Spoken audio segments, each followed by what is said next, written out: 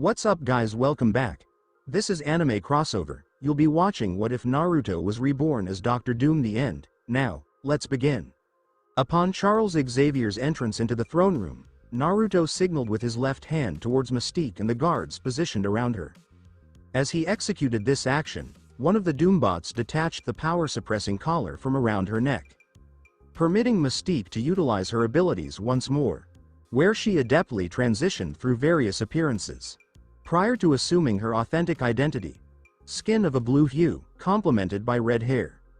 Additionally, this Mystique donned the identical white outfit featured in the comics. The Naruto that was accepted, given that Mystique presented the outfit so effectively. However, Naruto briefly performed this action before signaling with his left hand to all the guards present in the throne room. "Please leave us," he instructed them. Upon hearing this, all the guards exited the throne room. They closed the doors behind them as they proceeded. "Now that we are alone, let's proceed with our discussion," Naruto stated. "Yes, please," Charles stated. "Naruto, could you please clarify Eric's presence here? You are aware of his identity and his past actions, correct?" "Certainly, Charles, I would appreciate it if you refrained from questioning my intelligence." Naruto responded. "I am fully aware of Max's identity and his past actions. However, I have invited you here today to convey that he has made significant changes in his life," he stated. Naruto's words left Charles in awe, in conjunction with Mystique. Naruto had not anticipated having anyone present when he disclosed his relationship with Magneto to Charles. It was merely a fortunate coincidence that she decided to attempt an infiltration of Latveria on this particular day. However, this does not imply that Naruto will not leverage this fortunate occurrence to his benefit. This indicates that he has an increased likelihood of aligning Mystique, her partner Destiny, and their adopted daughter Rogue with his objectives. According to his sources, Mystique was responsible for persuading Irene against traveling to Latveria 2 years ago, despite his prior approval for her and Rogue's entry into the country. However, Naruto could appreciate the importance of supporting one's partner. The two women exemplified this quality. The history of Mystique in this universe is a blend of elements from the revised X-Men films and the Earth 616 comics. This indicates that she was also Charles's adopted sister. It is worth noting that she ultimately became Nightcrawler's mother, who exists in this world. Naruto has already communicated with his team to initiate the recruitment of the blue-skinned teleporter. It is fortunate that his father remains Azazel, based on the information he has been able to collect, not the revised origin from the comics. In his view, this change implemented by Marvel is yet another superfluous adjustment. Once more, the decision to exclude Scarlet Witch and Quicksilver as Magneto's children in the comics is noteworthy. This has compromised numerous established storylines concerning them in Naruto. He is pleased that the world of X-Men 97 maintained the integrity of the relationship between Magneto and his children. However, nonetheless, "Are you joking?" Charles inquired of Naruto. "I take matters of this nature very seriously, Charles," Naruto replied. "He is not being dishonest with you, Charles," Max stated. "I now have a working relationship with the King of Latveria," he stated. "Why?" Mystique inquired. "What is the reason for Eric?" Raven, "It is evident that Naruto possesses the qualities necessary to safeguard our community from those who would seek to undermine it. Additionally, he has restored to me aspects of my identity that I thought were lost forever, my name and my family." Magneto stated. "What do you mean by your name and your family, Magnus?" Charles inquired. "As I previously explained to you, Charles, I have been given back what I lost. First, my name is not Eric Magnus Lencher. That was a facade I created to shield myself from the pain and trauma of my true identity. However, that is no longer the case. I have reclaimed the name I discarded long ago, Max Eisenhart. That is my true self," he stated with pride. "Secondly, I am now able to spend time with my children," he revealed. Once again, both Charles and Mystique were taken aback. "Do you have children?" Charles inquired. Magneto acknowledged with a nod. "Indeed, I do. A son and 2 daughters, all of whom live in Latveria. They are free from persecution for their abilities. They are never labeled as outcasts or subjected to violence for mere misunderstandings. This is all made possible by Naruto and his supporters. Therefore, I have chosen to align myself with him, he articulated with conviction. Similar to your experience with Charles. Charles contemplated this observation. In the meantime, Raven maintained complete silence. Her attention was directed towards Naruto von Regnum. Irene had conveyed to her that she experienced a significant vision regarding the man. This was the motivation behind her decision to bring Rogue to Latveria. Upon hearing this, Mystique regarded her lover's claims with skepticism, perceiving them as an exaggeration, much like her reactions to numerous other visions throughout their years together. However, following her recent observations, Mystique realized that Irene had been entirely accurate in her assessments of Naruto. If he could persuade someone like Eric, or rather Max, to alter his behavior, in that case, he may be capable of a wide range of tasks. I would like to extend my congratulations to you, Max, Charles remarked. Thank you, Charles, Magneto responded. Indeed, that is satisfactory. However, let's proceed, Naruto stated. He subsequently revealed his mystique. Under normal circumstances, the actions you undertook would warrant severe consequences. However, considering your connections to Charles and Max, I am willing to extend mercy on this occasion. You will retain your life, but from this point forward, you will serve under my direction. Additionally, I advise you to relocate your family to Latveria, where they will be safeguarded. Is that clear? Indeed, Mystique responded, given her understanding that engaging in arguments was not the most effective approach. Naruto, it is not appropriate to insist that Raven work for you, Charles interjected. That is not appropriate, he stated. Following this event, Naruto focused his attention directly on Charles. Charles, I recognize your concern for Raven, but it is important to consider our conversation. We are in the throne room of my castle, within my kingdom, where I hold authority. Raven has violated the regulations of my realm, and as such, she must face the repercussions of her actions. He stated, please refrain from discussing what is right in my presence, considering your actions. Could you clarify what you mean? Charles inquired. I am referring to the mental barriers present within the mind of young Ms. Jean Grey, Naruto stated. After having some of my team investigate, I am aware that those were placed there by you. What are you suggesting? Charles would not. Please, wait. It is not as you perceive, Charles stated. Upon hearing this, Raven turned to her adoptive brother, noticing a hint of guilt reflected in his expression. Providing her with all the necessary information, it appears that she misjudged Charles on this occasion. Meanwhile, Magneto wore a smug expression as Charles began to speak. Then, Xavier, could you share your experience? Naruto inquired. Upon my initial encounter with Jean, her abilities were in a state of disarray. She had discovered her powers at a significantly younger age than is typical for most others in her category. The potential for her powers to overwhelm her was substantial. To assist her in managing this, I implemented mental blocks to help her gain control. Indeed, that is not the entirety of the matter, is it? Are you aware of that as well? Charles inquired. I possess a wealth of knowledge, Xavier, Naruto responded. Some of which could even challenge your understanding, he stated. In response to your inquiry, I can confirm that I am aware of that. Charles, could you clarify what he means? What is the subject of his discussion? Raven inquired. Charles exhaled deeply. While implementing the mental blocks to assist Jean in regulating her powers, I perceived what can only be described as an entity within her. It identified itself as Phoenix, immensely powerful. I deemed it a potential threat. Consequently, I sealed it behind the mental blocks in Jean's mind, he disclosed. I undertook this action solely for the protection of Jean's. Truly. I have complete faith in you, Charles, Naruto stated.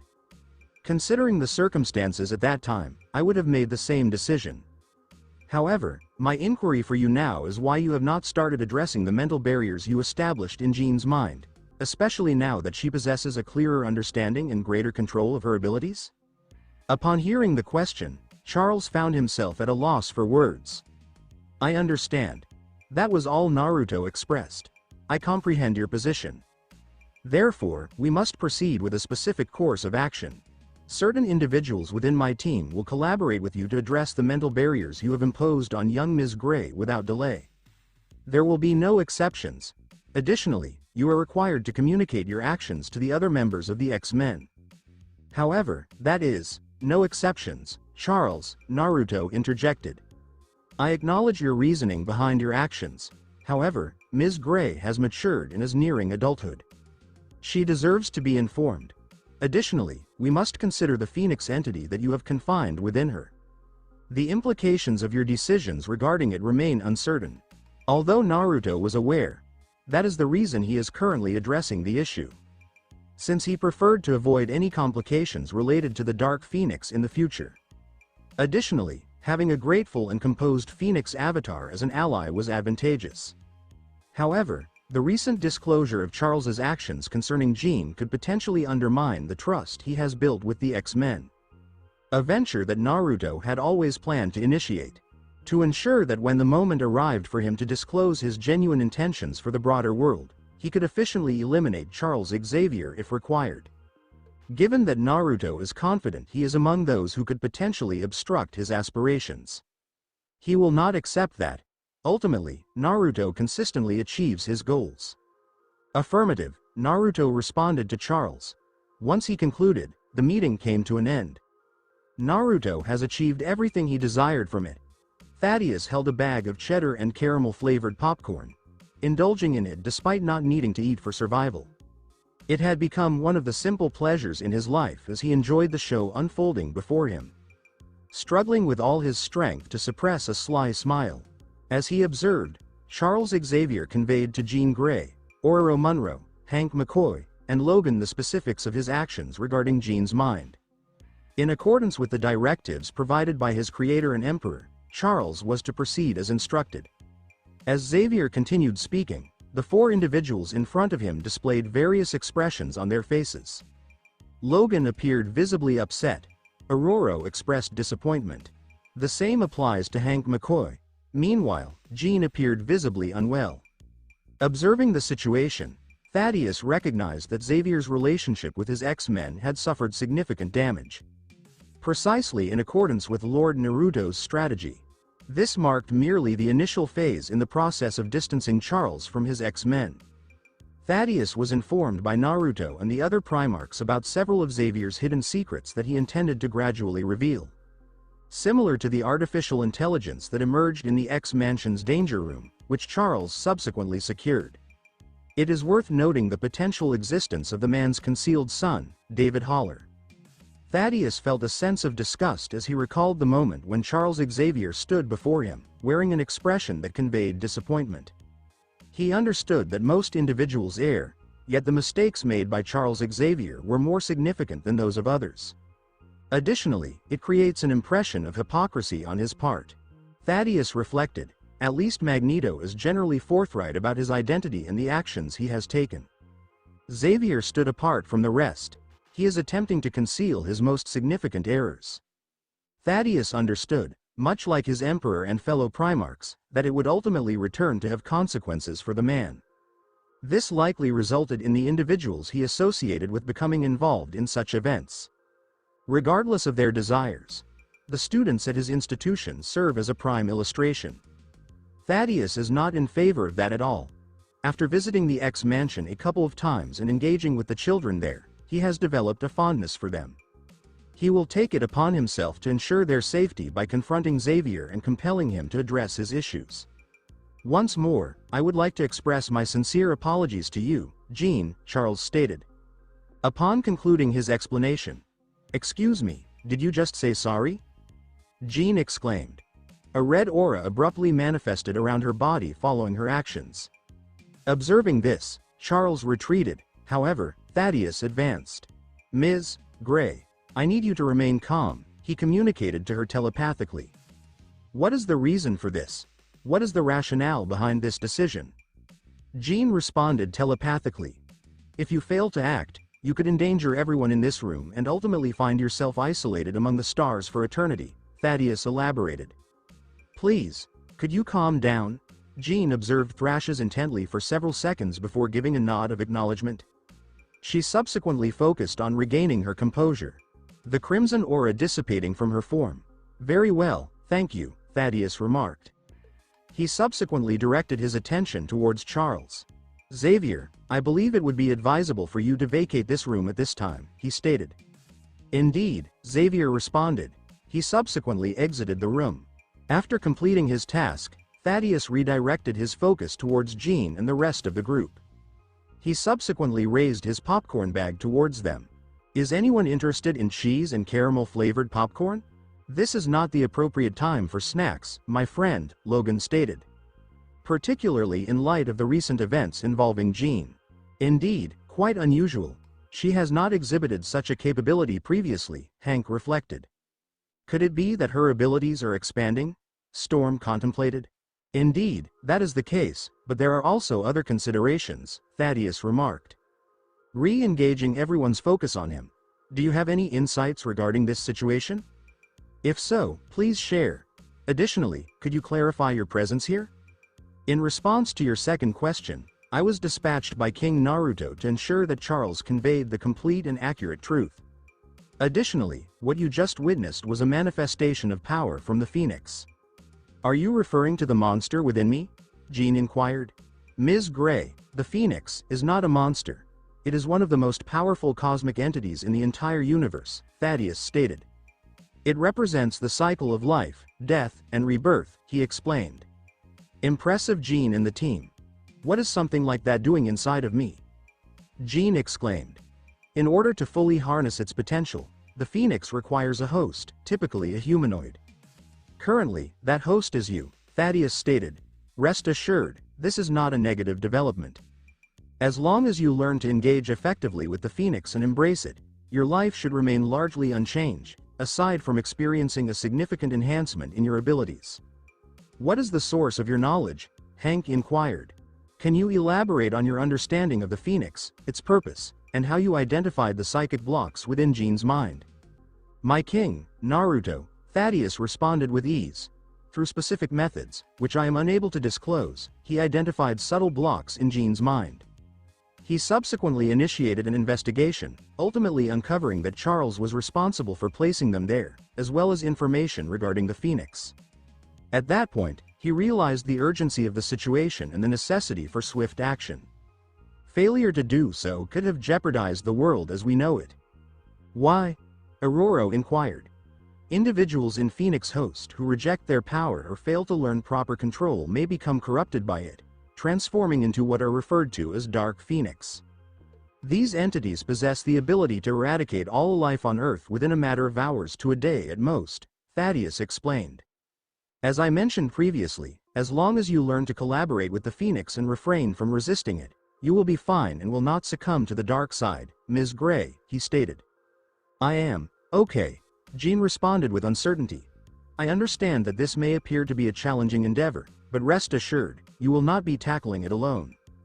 Thaddeus stated. Everyone here will stand beside you, including Charles. No, I prefer not to have him in my vicinity, Jean stated. I understand your frustration. However, as Charles mentioned earlier, his actions were intended to protect you, Jean. While it may not have been the correct approach, he made an error in judgment. Let's not dwell on it, Thaddeus stated. I will make an effort, Jean responded. Good. That is all I request, Thaddeus stated. This matter raises questions about what other secrets Xavier may be concealing. Following his action, he noted the expressions on the X-Men's faces and assessed their surface thoughts, discovering that they were all contemplating his question. Thaddeus smiling internally, as he had recently planted seeds of uncertainty within the X-Men. He is eager to inform Naruto. He is confident that the man will take pride in it. Proceeding forward. Very well, it is time to proceed. Ms. Gray and Storm, kindly accompany me, Thaddeus stated. The two girls silently accompanied Thaddeus, who guided them to an alternate room. The location of the Ancient One's seating. Savoring a cup of tea. Is that you, teacher? Storm inquired, considering that she had now become a student of her mystical arts. Following Naruto's disclosure regarding her mother's familial background. Greetings, Ms. Munro, the Ancient One responded.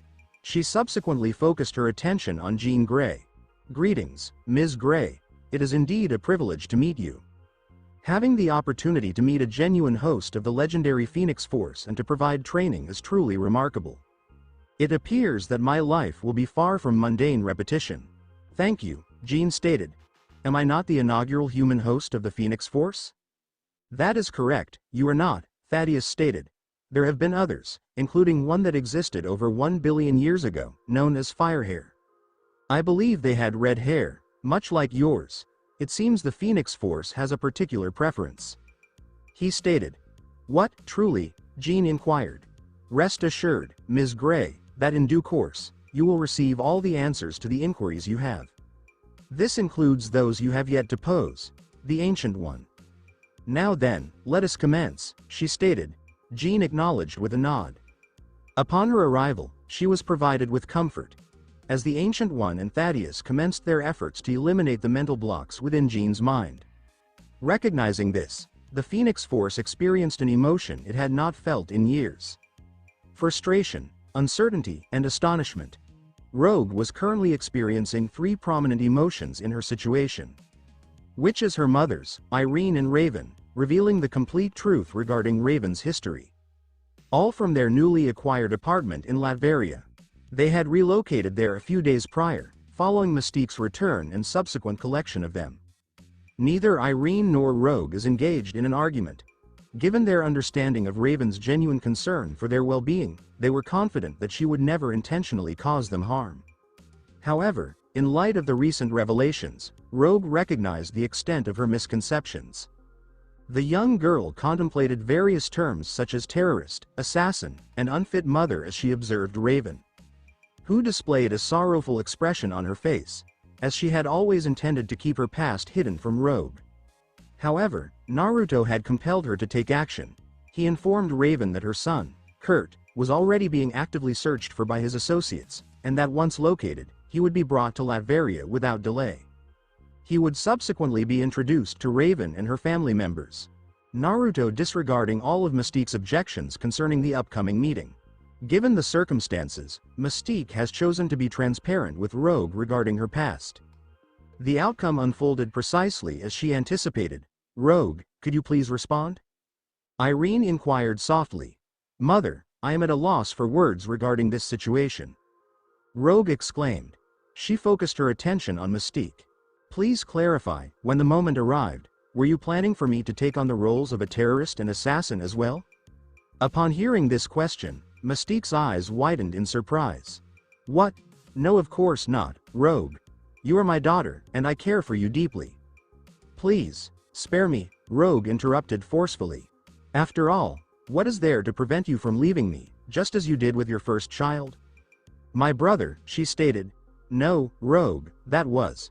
The situation was. I did not intend to.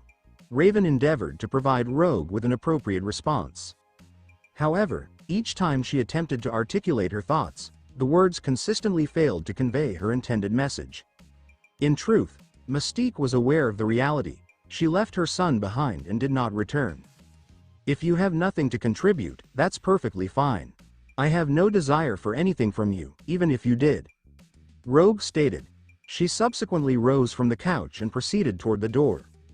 Rogue, may I inquire about your destination? Irene inquired. Out. Rogue responded succinctly. She proceeded to the door and closed it firmly as she exited. Upon witnessing this, Irene rose to her feet and prepared to pursue Rogue.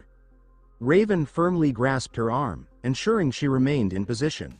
Upon noticing this, Irene turned to face her partner. Please refrain, my dear. It would be best to allow her some space for the time being, Raven stated. Understood, Irene responded. She subsequently resumed her seat beside her wife. They then commenced to hold each other with a gentle touch. Mystique began to weep a few moments later.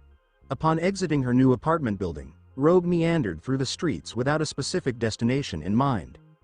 Continuing to feel frustrated with Mystique, she was also contemplating her powers, which had only recently manifested a few weeks prior, preventing her from engaging in physical closeness with others until she developed the ability to manage them.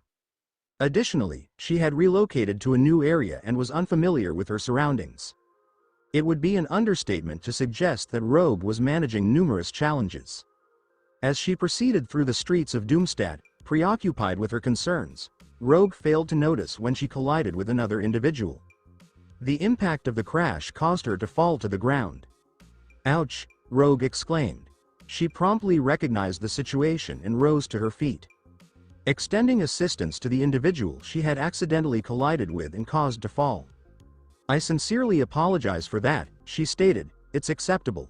Mistakes occur," the individual addressed by Rogue remarked, which was a male individual. The man accepted Rogue's assistance as she helped him regain his footing.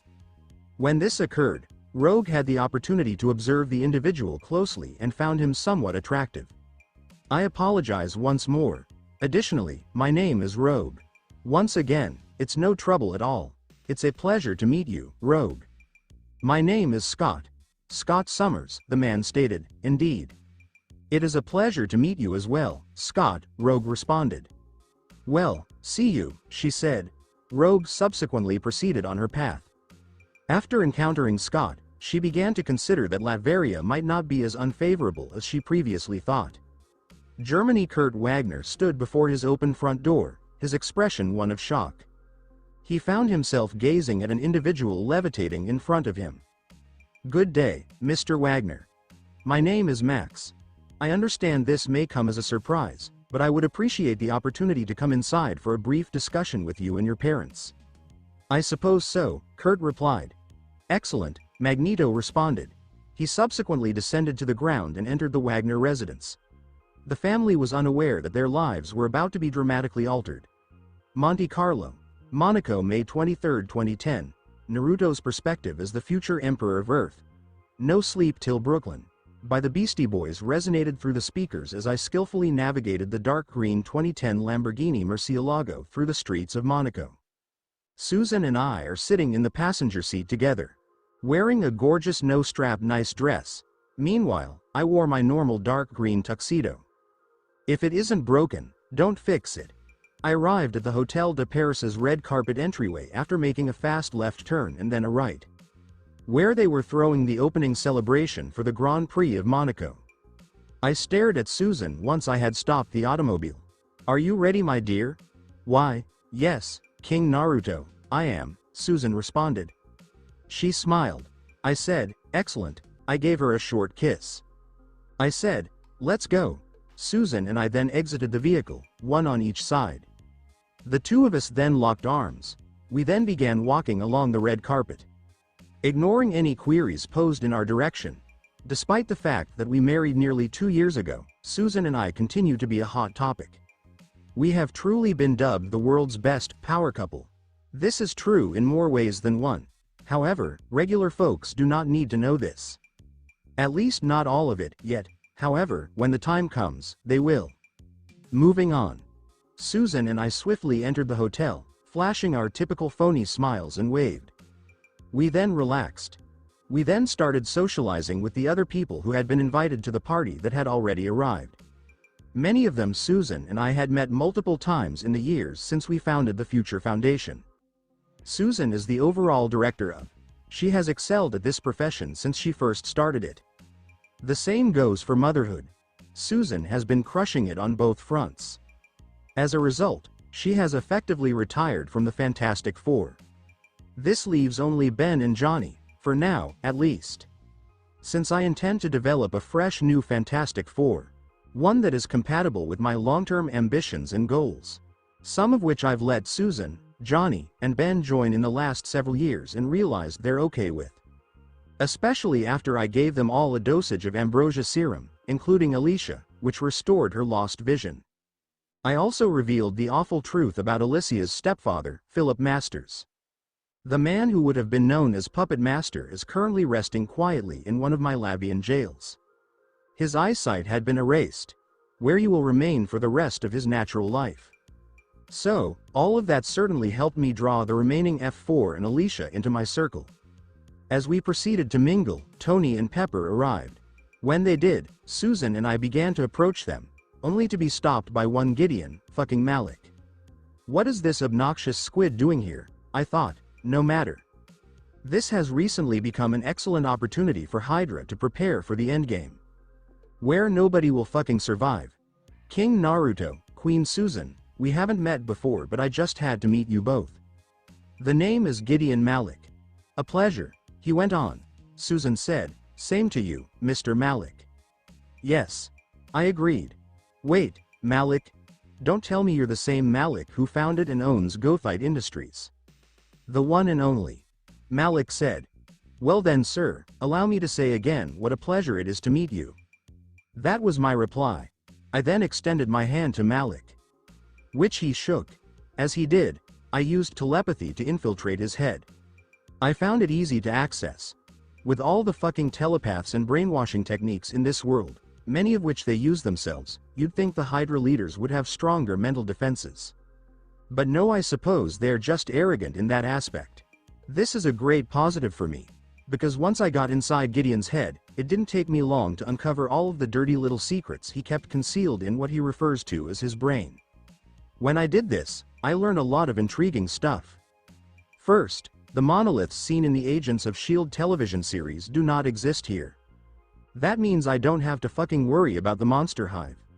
Second, it appears that Gideon's brother Nathaniel Malik is still alive in this universe, and like his version from the final season of Agents of S.H.I.E.L.D., he enjoys human experimenting on those with superhuman talents. Just glancing at some of the memories where Gideon saw his brother working makes me want to pull his spine through his chest right now. But I will not. I have plans for this one. Third, it appears that the remaining heads of Hydra recently held a meeting to discuss me, Latveria, and my conduct. Specifically, how to try to fuck me. The proposals they came up with included imposing economic and trade sanctions on Latvia. They also placed their own bounty on my head. Their number is 500 million. This means I now have a bounty worthy of someone like myself.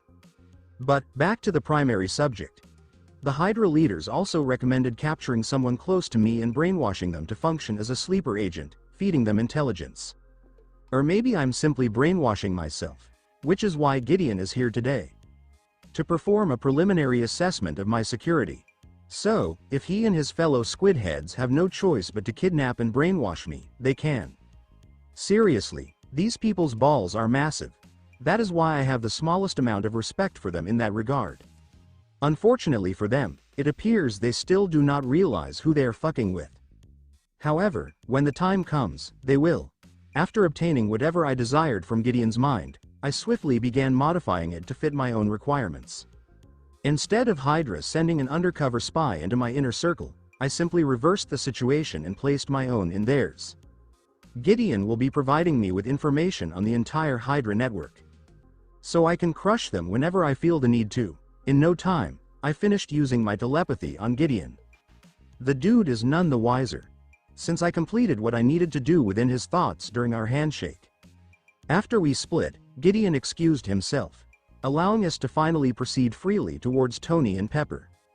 We were able to quickly reach Tony and Pepper once Gideon and Susan were out of the way. "Tony, good to see you again, my friend," I said to him. "Yeah, you go to Naruto," he said. "Pepper, you look great," Susan said her. "Same to you, Susan," Pepper responded, looking Susan up and down. "I still can't believe you look this good. Did you really have kids?" Susan answered, "I did. And don't worry, I'm sure after you and Tony have a couple of kids you can still look as beautiful as you do right now." She ended her remarks. Tony choked on his drink as he heard this. Meanwhile, Pepper was blushing profusely. But before either of them could respond, the court jester of the CEOs came. Justin Hammer. Seeing him, I fought the temptation to snap his neck. Because simply breathing the same air as this man causes my intelligence to decrease. "What's this? Oh, looks like we got a little party going on over here." Justine was saying something. He positioned himself directly in the center of our gathering. "Tony, it's always good to see you, and Pepper looks as lovely as ever," he added to the couple. Justin then turned in my and Susan's way. But before the blonde gremlin could say anything, I telepathically suggested something to him. "Ah, you know what, I got to go. Sorry, I just remembered I got to send my ex-wife her alimony check." He was saying something, but Justin did not. I saw that he had already paid his ex-wife's money this month. I'm going to do her a favor and make sure she receives a little extra. Since anyone who can put up with being married to Hammer for any length of time deserves my admiration. Justin fled after his comments were delivered. When he did, I made my move against Tony. Well, that was strange, but then again Hammer always seemed a few circuits short of a motherboard.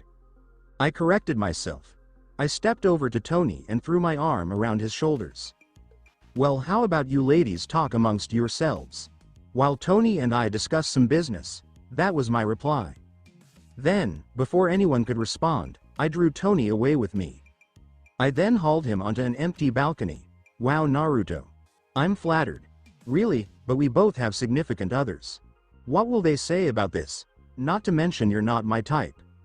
When Tony said such remarks, I gave him a deadpan expression. Haha, very funny. I spooked dryly. I then fixed a serious expression on my face.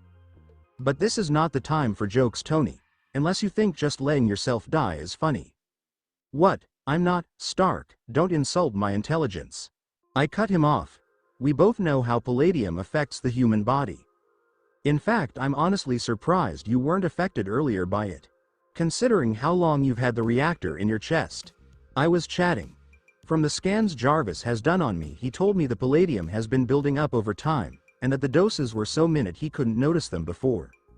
Tony informed me. He now wears a resignation and terrified expression on his face. Stark, what's up with that look? I inquired. You're not dead yet, and you're not going to be. Did you forget who you're talking to? With the technology we have available in Latveria, I have no doubt we can easily find a cure for your health issues. Not to mention you have other allies as well, like Yinsen. Oh, and did you suddenly forget the father of your child invented a serum that allows biological organisms to repair and rebuild themselves? Listen, Stark, you've got people around you who can and are willing to help. When I did, the brightness and fire returned to Tony's eyes. You're right, Naruto, he said. I know I am. I responded. We then laughed together. But seriously, Tony, don't just quit on life. Also, you need to tell the people in Good Life what's going on. Tony said, okay, I will. But can if wait until after the Grand Prix? Sure, but if you don't tell them after that I will. I explained. He said, sure. Once he finished, the two of us returned inside to find Susan and Pepper. The four of us then mingle until we are interrupted by Tony and people's new assistant, Bobby. This makes sense. Given that Natasha works for me, Fury needed someone to keep an eye on Tony. Bobby is also a very competent and devoted agent, who is also married to Clint Barton, Hawkeye in this universe. He doesn't resemble Jeremy Renner. No, the Hawkeye of this universe appears exactly as he did in the mainstream comics. Tall with blonde hair and blue eyes.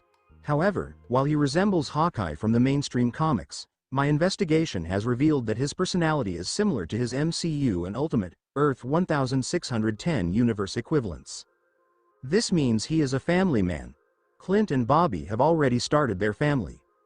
Yes, they have a few of kids that reside on the same farm as the Barton family in the MCU. This fact continues to surprise me on a daily basis. Anyway, after Bobby interrupted us, we went our separate ways. Susan and I were headed to a private booth we had booked to watch the Grand Prix. When we arrived, we were greeted by Doombots and the person I had picked to lead mine and Susan's security detail while we were in Monaco. John Shepard. The Spartan who led the crew that rescued Tony and Yinsen in Afghanistan, according to the accounts I've read, has consistently excelled at all duties assigned to him. But I wouldn't expect anything less from a man who shares the names of two of the best military-style video game characters ever. What's even odd is that I didn't even choose John's name. Well, I chose his first name, like I did for all Spartans. Named him after Master Chief because he was the 117th Spartan. However, when it came to their final names, I gave the Spartans the option of choosing their own. John did, and thus John Shepard, the Spartan, was born. When he saw us, the 6 feet 7 inches man with black hair and gray eyes saluted Susan and myself. My king and queen, he said. I said, Shepard. When I did, he opened the door to the booth. Susan and I are entering, where even more of our security team awaited. But we didn't mind and took our seats at the front of the booth. A few moments later, the Grand Prix began. Then approximately 30 minutes later, Ivan Vanko arrived. Once he did, he began assaulting everything around him.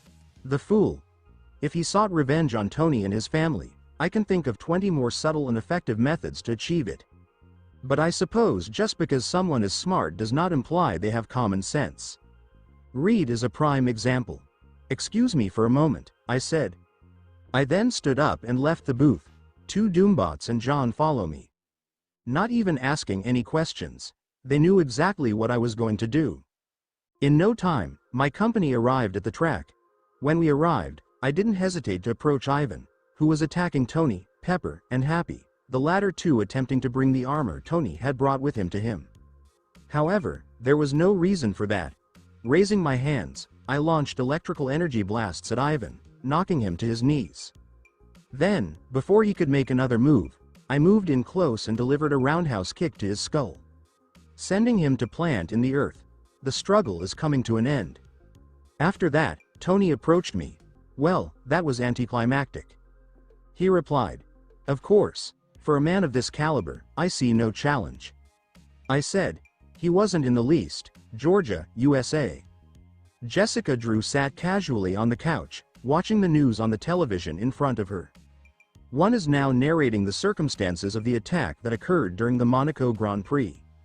Specifically, Naruto stopped the aggressor on his own. As always, Naruto never fails to impress, Jessica thought. "Don't you think so, Dr. Burstein?" she asked her partner, who was seated next to her on the couch. "There's one Dr. Noah Burstein, the man who oversaw the process that granted Luke Cage his powers. A man is currently immobilized after Jessica hit him with numerous of her venom blasts. Able to do nothing. Not speak, blink, or stop the Spartans who were currently moving all around him and Jessica inside his house. Looking for and collecting all of his research, all under Naruto's orders, mind you. Since he believed it was time to remove Dr. Burstein from the board. Permanently. In just a few minutes, the Spartans had completed their search of the Burstein mansion and whole grounds. They then notified Jessica of this. "Well, Dr. Burstein. It appears that's it. I could say I enjoyed our time together. But then I'd be lying," Jessica explained. She then got up from the couch and departed the Burstein house. When she finished, the Spartans got to work. They first doused the entire property with gasoline before setting fire to it. Jessica and the others watched as everything caught fire. Montez Carlo, Monaco, Ivan Vanko felt himself even enraged in the cell where he had been placed than when he launched his attack on Tony. His fury is now directed at 2 persons rather than just one. Tony and Naruto. Why did that damn man have to intervene? Ivan shouted.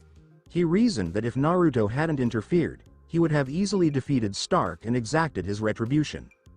But that is now lost to him. At least for now. Ivan refused to stop until Stark was annihilated. And now he'd make Naruto pay, too. As Ivan was considering ways to make both men suffer tremendously, he felt a phantom pain on the left side of his neck. When he did, Ivan slapped it, only to discover nothing there. Making him wonder what the hell happened.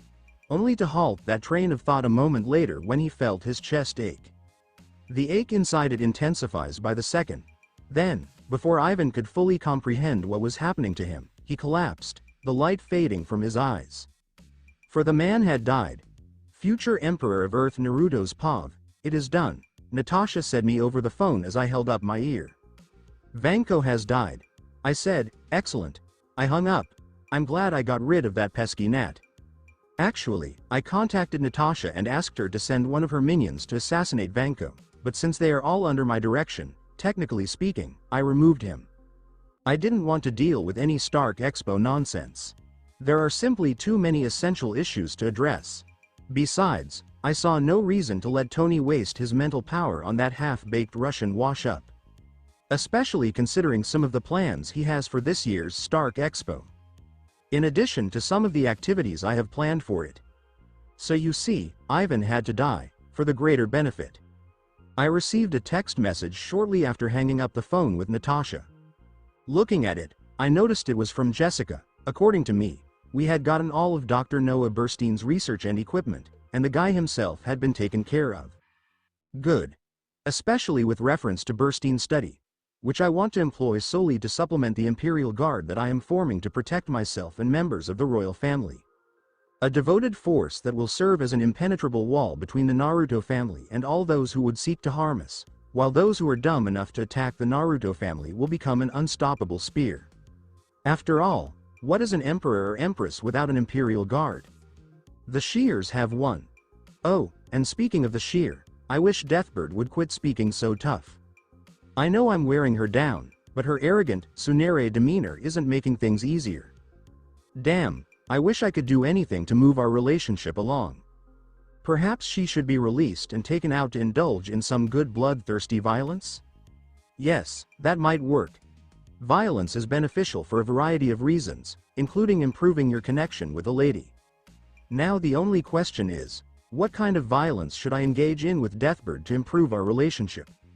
As I contemplated this concept, the door to my room was opened, revealing the Monaco chief of police on the other side. Since I was already at their headquarters, I have gladly consented to come in and give them my statement regarding the Vanko incident on the Grand Prix course. I stood to my feet and said, "Chief, King Naruto," he said, "I'd just like to express how much I appreciate what you did. Not only did you stop that madman on the Grand Prix track, but you also agreed to come in and give us a statement," he said. "Of course. Anything to help law enforcement. You're already having problems doing your work well, and I don't want to add to your stress," I remarked. I went up to the chief and shook his hand. Once I did, he led me out of the police headquarters.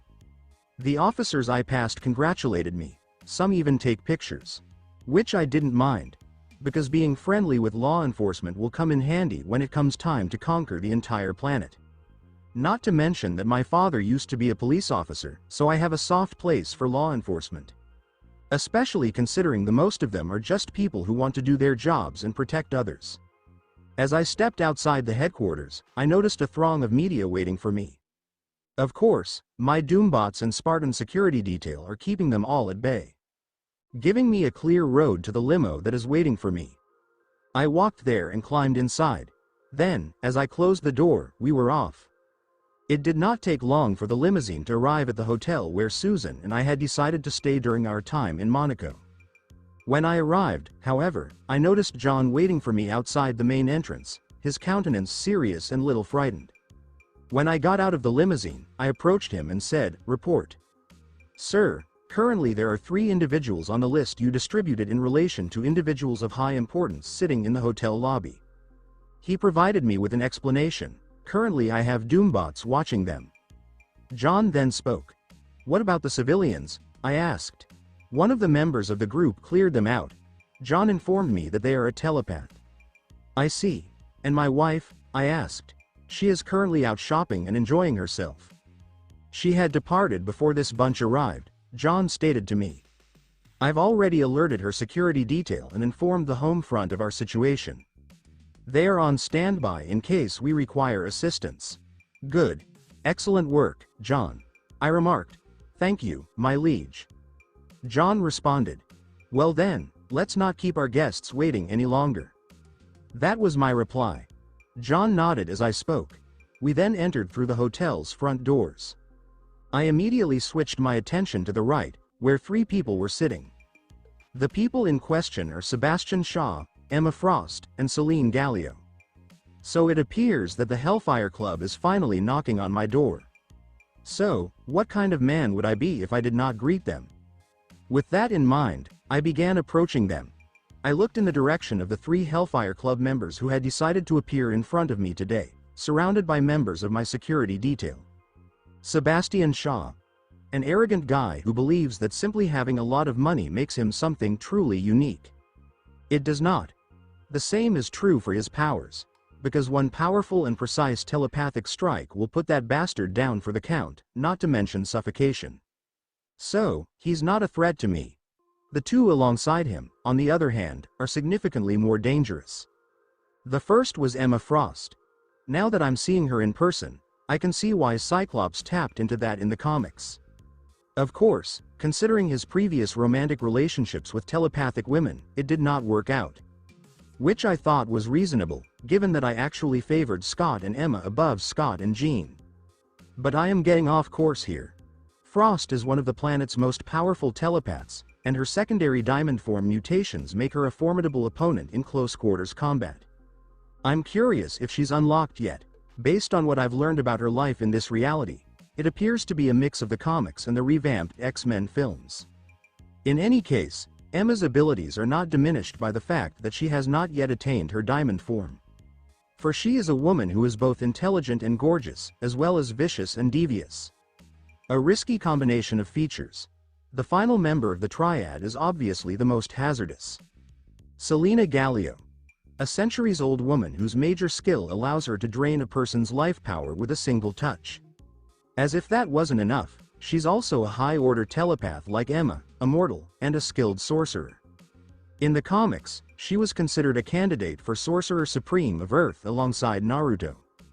Then there's her personality, in which I'm sure she regards everyone and everything around her as nothing more than being around to provide her pleasure or amusement. Given all the nonsense she did in the comics.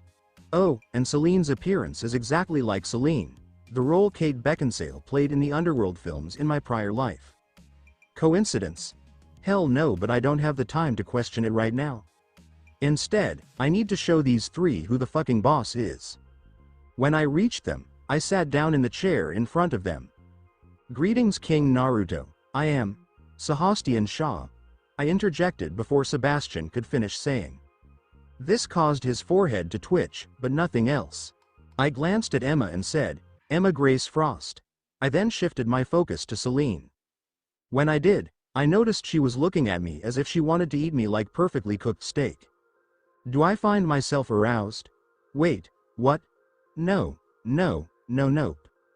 Bad body. I told myself. I mean, Celine is probably insane, and I've already done it with Deathbird, so I'd never think of doing it again.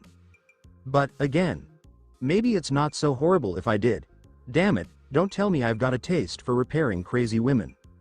No, you know what, I'll deal with that later. I have business to attend to right now. Celine Gallio. I said to her. I then returned my focus to all of them. All three of you are prominent members of the venerable Hellfire Club. You specifically belong to the group in charge of the club's general direction. The inner circle. Good. Then we won't have to waste time telling you who we are, Shaw remarked. Right. Now, why are you here? I asked them. We have been following your exploits for quite some time. And we came here today because my colleagues and I believe that if we work together, we can achieve great things. That is why we have come to invite you to join the Hellfire Club today. She spoke. No thanks, I instantly replied. Shaw had a little surprised expression on his face. Emma and Celine did not appear astonished by my remark at all. So that informs me who is the brightest member of their small group. Shaw is a poor person. Instead, I have a counter-proposal. The Hellfire Club will either work for me or be destroyed, I said. You. Do you know who you're talking to? Shaw shouted at me. Yes. I do. I said. A man who evidently only tries to be cultured, but can't compete with his female co-workers. Where both intelligence and power are concerned. I said. Hey. Shaw snorted. Funny. That's hilarious, King Naruto. However, I believe you underestimate the Hellfire Club's might. We've been around for ages. We are integrated into every part of society. We have brought down countless rulers, sir. I constructed a magical force field around Sean, irritated by his rhetoric, which was clearly his pitiful attempt to make me fear him, which is impossible. One that enabled air to flow but did not produce sound. I didn't want the man to die. Yet, when Shaw realized what had happened, he began shouting. But, since I couldn't hear what he was saying and couldn't care less, I ignored him and focused my complete attention on Emma and Celine. So, ladies, now that we've got your obviously stupid colleague out of the way, let's talk about our business like civilized people. What day is it? I say it seems Celine was right about you. Emma responded. You are quite the man, King Naruto. Yes. You most certainly are, Celine said. So, how about you become mine? She immediately inquired. Sorry, I am married, but more than that, I'm not a one-woman kind of guy. So, how about you become one of my women? I spoke. No. Celine responded. After all, I can't just give all this away. She said, gesturing to her body, but if you are interested in me, I do have a proposal. Oh, and what could that be? I asked her, we combat. So, you and I have a duel. One-on-one. If you win, I will pledge my undying loyalty and assist you in gaining control of the Hellfire Club. But if I win, you'll become mine. So, what are you saying? Celine said. After she finished, I glanced at Emma and asked, are you okay with this? Yes, Emma said. I trust Celine. Aside from that, the club has weakened. Stagnated. Boring. I'm looking for some excitement, and I see you might be able to provide it. So I'll go with the bet. I see, I thought, taking a few seconds to consider my response. All right. You have a deal, I said. If I win this battle, I will not only have the wild card Celine under my control and as my lady, but I will also have Emma Frost's loyalty and control of the Hellfire Club in one fell swoop. So yes, I don't mind taking this bet, especially when it lies on me. And because I believe in myself so much, I know I have this thing on my back. But who knows, maybe Celine may eventually be a worthy opponent. I can't wait to find out. After I accepted to the duel and bet with Celine, her smile grew even bigger. Meanwhile, I couldn't stop myself from smiling. I am positive that this will be the most difficult assignment I have faced in a long time. Especially when it comes to the magical aspect of it, I'm not ashamed to admit that Celine outperforms me, given that she's had centuries to fine-tune and perfect her craft, whereas I've only been studying for a few years. But that doesn't mean I can't compare my magical abilities to hers. Man, this is making me enthusiastic, or as Natsu from Fairy Tail would say, I'm all fired up. Oh my King Naruto. I didn't expect you'd agree to my proposal so readily, not that I'm complaining, mind you. But you certainly know how to win a woman's favor, don't you? Celine said. You're welcome, I said. There's only one more detail we need to address concerning the agreement we just finalized. And that is? Celine inquired. I swear on my own magic that I'll abide by the terms and whatever comes of it, I stated, my tone firm. Since I don't trust Celine as much as I can throw her, no, I mean as much as I can fuck her. Exactly, that's what I was trying to get across. My faith in Celine is non-existent. Before we go any farther, I need to know I won't get burned. So, I figured swearing on our magic would do the trick. If we go through with this, and either of us tries to back out or violate any of the agreed upon terms, well, let's just say the consequences won't be pleasant. If either of us reneges on the agreement, it's automatically cancelled. The worst case scenario, we may both be barred from using magic altogether. Eternity. That's the level of gravity we're talking about when someone swears on their personal magic in situations like this. I'm game. Given the gravity of the situation, and what's the point of living if you don't take a few chances? Celine's face didn't flicker when I brought up cursing on her magic. Instead, she just licked her lips, a slow, deliberate movement. All right. I swear on my personal magic to uphold the agreement I just struck with Naruto von Regnum, she declared. A blood-red aura enveloped her, a fleeting time before it vanished. All right, Your Majesty, it's your move, she said. I, Naruto von Regnum, pledge my personal magic to uphold the agreement I just struck with Celine Gallio, I declared. Afterward, a peculiar feeling washed over me concerning my magic. A foreboding presence. That fleeting moment, however, was gone in an instant. The oath I had just sworn was now in play. That's great. That means it's also in effect for Celine. Now that we've got that sorted, let's move on, I said. Regarding the duel's regulations, we need to nail down a few specifics. How exactly will we decide who wins? And what about the weapons and strategies we can employ? In previous duels, the rules were straightforward. One of us had to concede, or we fought until one of us scored 3 kills. Alternatively, the duel ended when one of us was too exhausted to continue, Celine clarified. Let's use those same rules here. Sound good? Sure, I said. The earlier feeling returned, this time affecting my magic. With the method for deciding the victor of this Naruto battle established, let's turn our attention to the rules and strategies at play.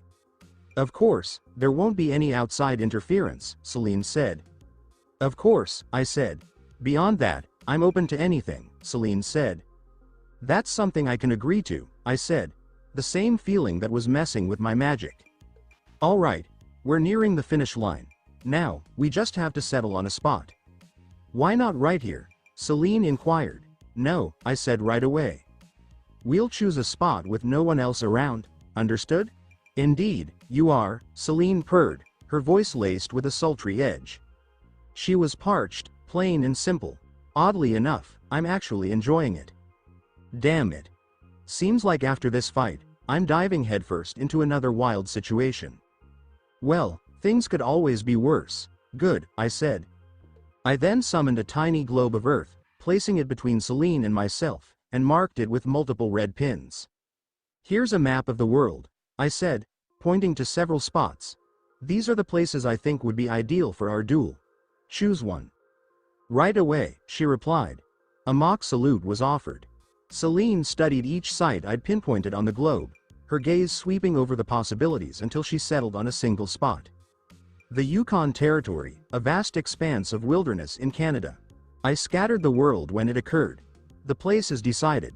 Next up, the date. Tomorrow works, I replied. Sounds good, I said.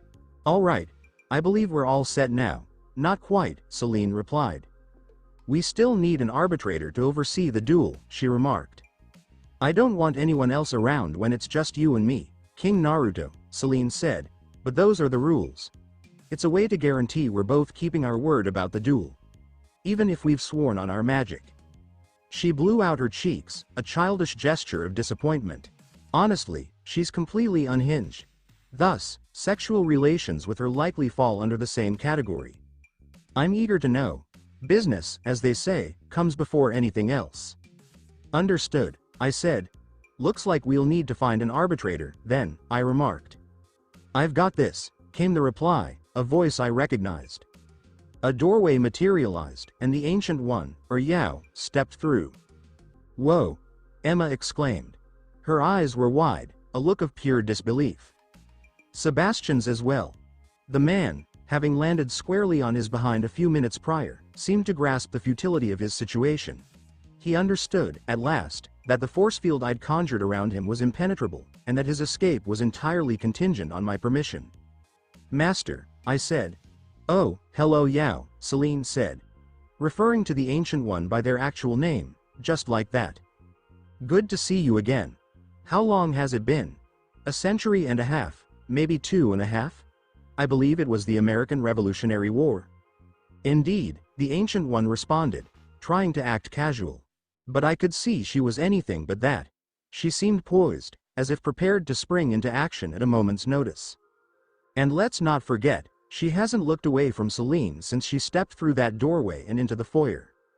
I was told, quite seriously, that I couldn't afford to relax my vigilance for even a moment when Celine was around. Even the Ancient One, it seems, has her vulnerabilities. Oh, don't be so uptight, Yao. I'm not planning anything. Not when I'm about to have a rather enjoyable session with your delightful student, Celine remarked. Looking at me. Just chill. The Ancient One, however, remained utterly unmoved. Master, you'll be the one to decide the outcome of my duel with Celine, then? I inquired. Yes, she said. Thanks, I said. Looks like that's that, then, I said. Quite right, Celine mused. Rising from her chair, she did. Very well, then. My colleagues and I will remain. Until tomorrow, Naruto, she stated. Likewise, Celine, I said. The force field around Shaw then dissipated. Before he could utter a word, his eyes glazed over, and he collapsed. I knew it was Celine's doing. She'd hit him with a potent telepathic blast. Celine rushed to Shaw's side as he fell, then hoisted him up, tossing him over her shoulder as if he were nothing more than a heavy load. After that, her group departed. To think you'd take on Galio, of all people. I anticipated this might happen, sure, but to see it actually come to pass, that's something else, the Ancient One remarked, looking at me. Understood, Master. I know exactly what she's made of, and what she can do. I won't be caught off guard, and I will win, I said. Let's hope you're right, Naruto, she said. Yes, I said. How long have you and Celine been acquainted? I inquired. Centuries, the Ancient One responded. Forgive me, but I must get ready for the morrow, she continued, her voice carrying a hint of anticipation. It's been ages since I've witnessed a duel of this caliber, between such talented spellcasters. I need to be ready. With that, the Ancient One created a doorway and departed. As she moved, the lobby began to fill with people again. Susan arrived immediately after everything happened. She juggled several designer shopping bags. She walked over and planted a fast kiss on me. "Anything exciting at the station today?" she inquired. "No, not at the police station," I said. "Something wild just happened," I admitted. I escorted Susan back to our suite, and there, I started to explain. Tomorrow, I was set to duel in the Canadian wilderness. My opponent? A likely psychopathic, nymphomaniac, life force absorbing sorcerer. And she seemed rather keen on having her way with me. She may, if I lost the wager I placed with her. Needless to say, by the time I finished talking, Susan's mood had completely flipped. Once I'd finished outlining the details of my impending combat with Celine to Susan, a look of concern settled on her features. "Naruto, be careful," Susan said. "Don't worry, my dear, I will," I said. I wrapped her in a warm embrace. We held that position for a good minute, maybe more, before finally letting go. After Susan, she pulled me into the bedroom and performed that act, the one she knew drove me wild. Then she began to grind against me, a relentless rhythm that continued until nightfall. After that, we lingered a while longer, and then I headed back to my own lab. The remainder of the night was consumed by preparations for my impending combat with Celine. Suddenly, the moment I'd been waiting for was upon me. With that, I got ready and went outside. The moment had arrived to demonstrate to Galio that Naruto alone was destined to prevail. Yukon Territory, Wilderness, Canada. I slammed the portal shut once I stepped through. Having done so, I took stock of my surroundings. I stood on a frost-covered step.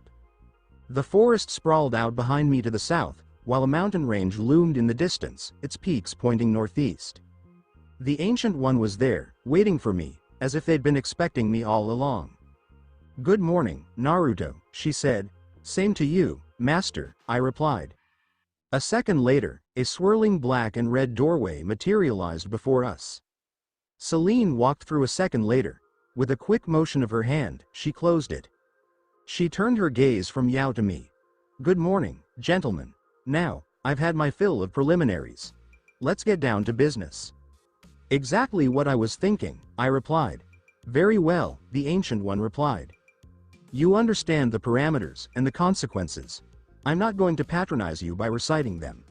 Just know that I'll be observing. Now, you may commence when I depart," she stated. The Ancient One then opened another portal and stepped through. Both Celine and I tensed up at the same moment. We were locked in a silent standoff. Waiting until the portal finally shut. That's when everything went sideways. Before Celine could react, I closed the gap and drove my fist square into her chest, right where her heart should have been. But, as I figured, that hardly made a dent.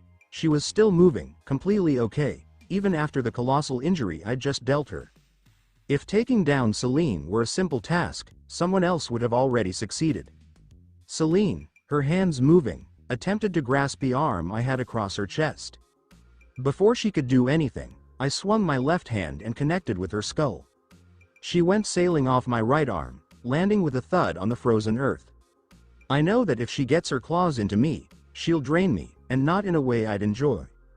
That's why this bout will likely be fought primarily at range. Celine, pausing, rose to her feet. The injury I'd inflicted, along with the damage to her clothing, had completely mended. The instant she finished, a flurry of black and red spell circles materialized around her. Seeing this, I called upon the Tao mandalas. They were both a deep shade of green. Immediately after, a series of intense magical blasts erupted from the spell circles Celine had conjured, all aimed squarely at me. Unfazed, I charged on, my Tao mandalas forming a protective barrier against the incoming blasts. I relied on my spider sense to evade the majority of the remaining attacks. Even yet, my armor still bore the marks of Celine's attacks, a few nicks and scratches from her energy blasts. The explosions obliterated the protection enchantments I'd woven into my armor, right where the blasts struck. Seeing Celine's skills in the mystical arts, I was struck by how much more advanced she was than I was. No way am I throwing in the towel. It took a few minutes to get to Celine. But when I finally did, she retaliated with a swift kick. I answered in kind. Our legs collided, generating a shockwave with the impact. Celine's kick, a match for mine, even with my protective gear and augmented power. Without question, I've discovered my first true rival. At last. This fight will be one for the ages. As I leapt back from Celine, I unleashed a surge of magical force toward her. She effortlessly countered this by conjuring a Tao mandalas of her own design. Before I could even think, my spider sense kicked in, warning me of immediate peril. And when it happened, I was airborne. I narrowly dodged a series of earth spikes that sprang from the ground, just where I'd been a moment before. Naturally, Celine's doing. Just after I sidestepped that, I felt her trying to push her way in. I wasn't having any of it. Bracing myself, I began to fight back against Celine's psychic onslaught. We were caught in a fight on two separate fronts, a combination of mental and physical elements. Even while we clashed mentally, the battle raged on in the physical realm. A simple enough job, given our skills and experience. Celine conjured black flames, and they danced on her palms. My instincts screamed at me to keep it at arm's length, no matter what. A sneer played on Celine's lips as she unleashed the black flames she'd conjured, sending them hurtling at me. As she approached, I conjured a protective force field, a barrier against their advances. I immediately sent my force field hurtling at Celine, intending to smash it into her with the force of a battering ram. It launched her upward, but rather than landing, she also soared into the air. Well, that was predictable. Once she'd done that, Celine unleashed a barrage of concussive telekinetic blasts into my force field. None of it made a difference. That's why I'm so damn fond of my force field.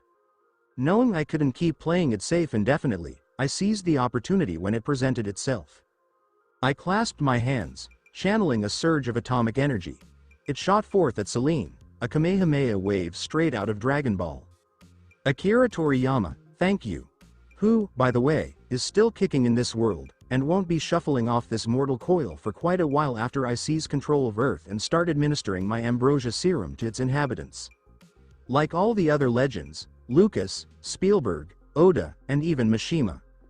Fairy Tail has a special place in my heart, particularly the waifu. Mishima certainly has a knack for crafting appealing waifus. Lucy, Urza, Juvia, Levi, Mirajane, Lysana, Kana, and Meridi, though not a fan of the younger ones, are all on the list. Ultir, Serrano, Yukino, and Minerva, sans the makeup, which I find preferable. Kagura, Sherry, and Virgo, too. And let's not forget Irene, one of anime's finest MILFs, and even in the sequel, 100 Years Quest, there's Caramel, Celine, and Kyria. My bad. Right, let's get back on track. Back to the fight, then. We'll have ample opportunity to chat about fairy tale waifus once the show's finished. My Kamehameha, a full-on atomic blast, hurtled toward her. Celine, however, summoned a portal that swallowed the strike whole. The portal opened, and the attack boomeranged, heading straight for me. That was impressive. That doesn't guarantee she'll best Naruto, though. No, that's not it. I halted my own onslaught as it rebounded.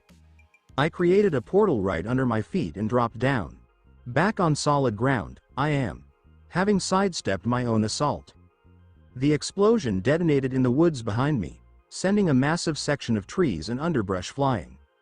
I'll take care of that, no question, once this is done. As her counterattack fizzled out, Celine returned to the earth. Right there. She snapped her neck, first to the left, then to the right. Oh yes, that's perfect. Come on, Naruto, give me more, she cried, her voice bubbling with excitement. Of course, I said. Excellent, Celine answered. Now, the real fight starts, she remarked. That's exactly what I was thinking, I said. That was only a rehearsal. I managed to land the final hit just at the beginning. Talk about a stroke of luck. I know better now. That's all right, then. If I'm going to come out on top, it'll be because of what I can do, plain and simple. Let's get started with round 2. The second round with Celine was about to begin, and I was already plotting my path to win. Let's revisit the criteria we established yesterday for determining the victor of this match. Our options are limited. We can force our adversary to submit, eliminate them thrice, or keep battling until one of us exhausts the stamina needed to keep going. Clearly, option 1 is off the table. Given my current standing, there's no way I could compel Celine to submit, even if I wanted to. I can't allow this to drag on indefinitely, either. Given Celine's significantly greater energy reserves, it's clear she's in a different league. Which means my path to winning is to take her life 3 times over. Alright, 2 more, because I got a little of luck and pulled it off once at the start of the battle. Pulling off a repeat performance, especially with Celine now on high alert, is going to be a real challenge. Even so, I'm still going to go ahead with it. Fine. You got this, I told myself. It's time to give it everything we've got, as a certain, immortal, fourth wall shattering assassin may put it. Someone I truly hope to cross paths with someday, perhaps even collaborate with. Some could refer to us as the double Ds. We'll get to that. With multiple spell circles forming around me, I unleashed bolts of raw magical force toward Celine. Seeing this, she summoned the same dark flames she'd wielded before, fashioning a protective dome around her. It was the one that absorbed every single one of my energy blasts. That was why I halted my assault. The black flame dome Celine conjured then dissipated. The woman, however, was conspicuously absent when it happened. Once the dome vanished, its inside was completely empty. With that, I braced myself, reinforcing my shields even more than before. Anticipating the moment she'd finally make her move, I didn't have to wait long for it. My spider sense kicked up, a warning siren blasting, the moment Celine's black dome vanished. The danger lurked from the rear. I didn't get it, because there was nothing behind me. Then, out of nowhere, there it was. Celine. Before I even had a chance to react, she materialized beside me, my own shadow, and summoned those black flames in her left hand. Then, she touched my left arm. Her fingers brushed over my arm, and in that instant, I felt a draining sensation, like if my very essence was being pulled away. I yelled. The agony of the fire, and Celine siphoning away my very essence. Shish. It's all right, Naruto. No need to fight it. Just let Mama Celine handle everything from now on, and you won't have to worry about a thing, she whispered softly. Fuck you, I shot back. I quickly yanked my mask off, channeling a firebender from Avatar. I blasted Celine in the face with my fire breath. A part of the Extremis upgrade I usually ignore, but it's proving invaluable at the moment.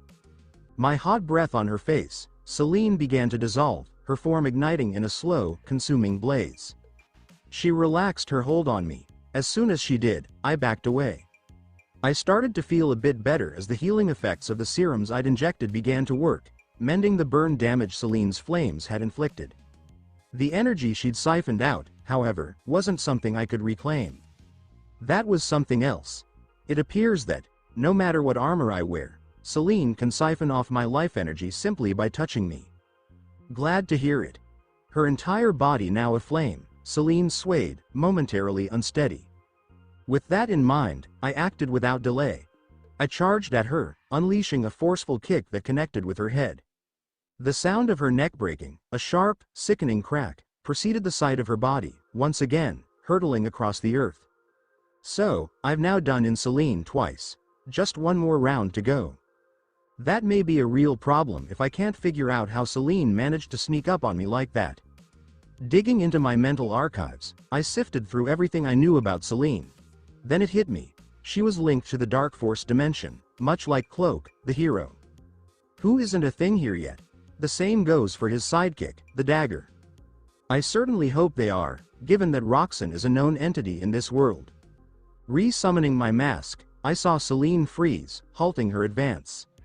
She rose to her feet. Yes, oh fuck yes, Naruto, that was amazing, Celine shouted. A dark and red glow started to envelop her. Now, the moment we've all been waiting for, she declared. Immediately, energy surged from Celine, coursing into the trees that surrounded her. They became monstrous beasts, their faces twisted into something almost human. Think of them as the sinister counterparts to Digimon, like Cherrymon. They began to rise, pulling themselves from the earth, and then they started to march in my direction. What the hell? Didn't we agree on no outside interference? I yelled. I made them with my abilities, and because they're not human, it's not against the rules. But you should be aware that Yao hasn't shown up to intervene, Celine clarified. Oh, I already knew that, I said, I just wanted to be sure. At present, I can call up my own forces. Fingers that this doesn't hand Celine the victory. I called forth a little army of Doombots. I waited. Since my magic remained intact and the Ancient One didn't materialize, I was certain I hadn't violated any of the duel's regulations. And with that, I called forth an even greater number of Doombots. Facing the Celine tree monster army, she remained silent, staring at my robot army. That, in turn, spurred her tree monster army into action. For Latveria, I bellowed, starting to move ahead. My Doombots are hot on my heels, since I opted for a 300 move. The two forces collided in a furious clash. Once they began, the tearing commenced. Wood and metal rained down, a chaotic shower as my forces and Celine's collided. The two of us were back together, we're just getting started. While our summoned forces clashed, Celine and I locked eyes. The end of our duel was near, I knew. Having already dispatched her twice, I was just one kill away from winning. Conversely, if Celine managed to ensnare me once more and siphon off more of my vitality, I'd be finished. That little contact with her earlier has drained me, leaving my energy reserves nearly depleted. I'm almost back to the state I was in before the serum, before the training in the mystic arts. Just a regular person. In essence, it boils down to this. Celine knows it, and I know it too. Let's do this, as a particular adamantium-enhanced skeleton once said. I raised my fists, unleashing arcs of energy at Celine. Before they could even lay a finger on her, she vanished, a blur of motion. Then, she took off, leaving behind a trail of ghostly echoes. It didn't mean a thing to me. I always knew which Celine was the genuine article. I unleashed a surge of atomic energy, directing it her way. As I evaded her strike, I felt Celine unleash a barrage of psychic projectiles aimed at me.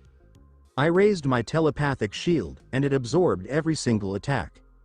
Then, just as I blocked the final mental bolt, a goddamn sinkhole appeared beneath me. One loaded with sharp rock spikes. Allowing myself to fall, I opened two portals. One right beneath me, the other in the sky. I fell through the first one and exited through the second. I then steadied myself in midair before closing both portals.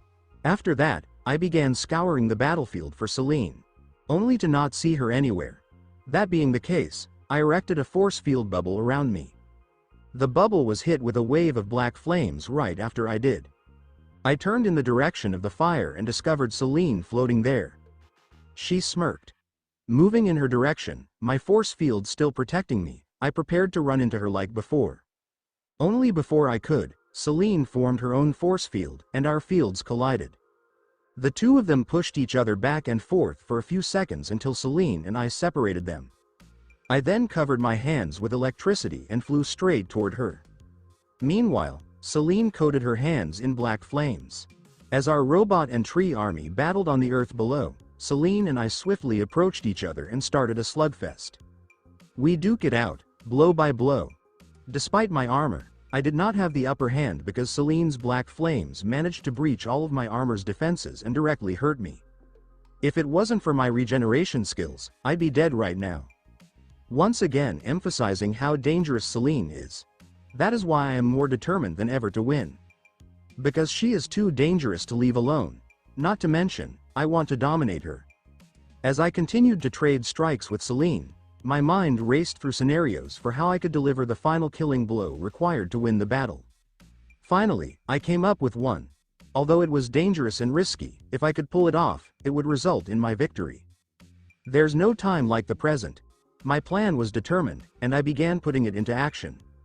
Moving away from Celine, I coated both of my hands with atomic energy and began shooting blasts of it in her direction. Blasts, which she expertly avoided, but while she did, I returned to the ground. Celine landed a few seconds later. After she did, I conjured many magic circles and began blasting her with magical energy, just like before. Celine summoned her own Dao mandalas to effortlessly block my strikes. As she did, I ran forward, quickly closing the gap between us. I then threw a blow at Celine. She countered with her own.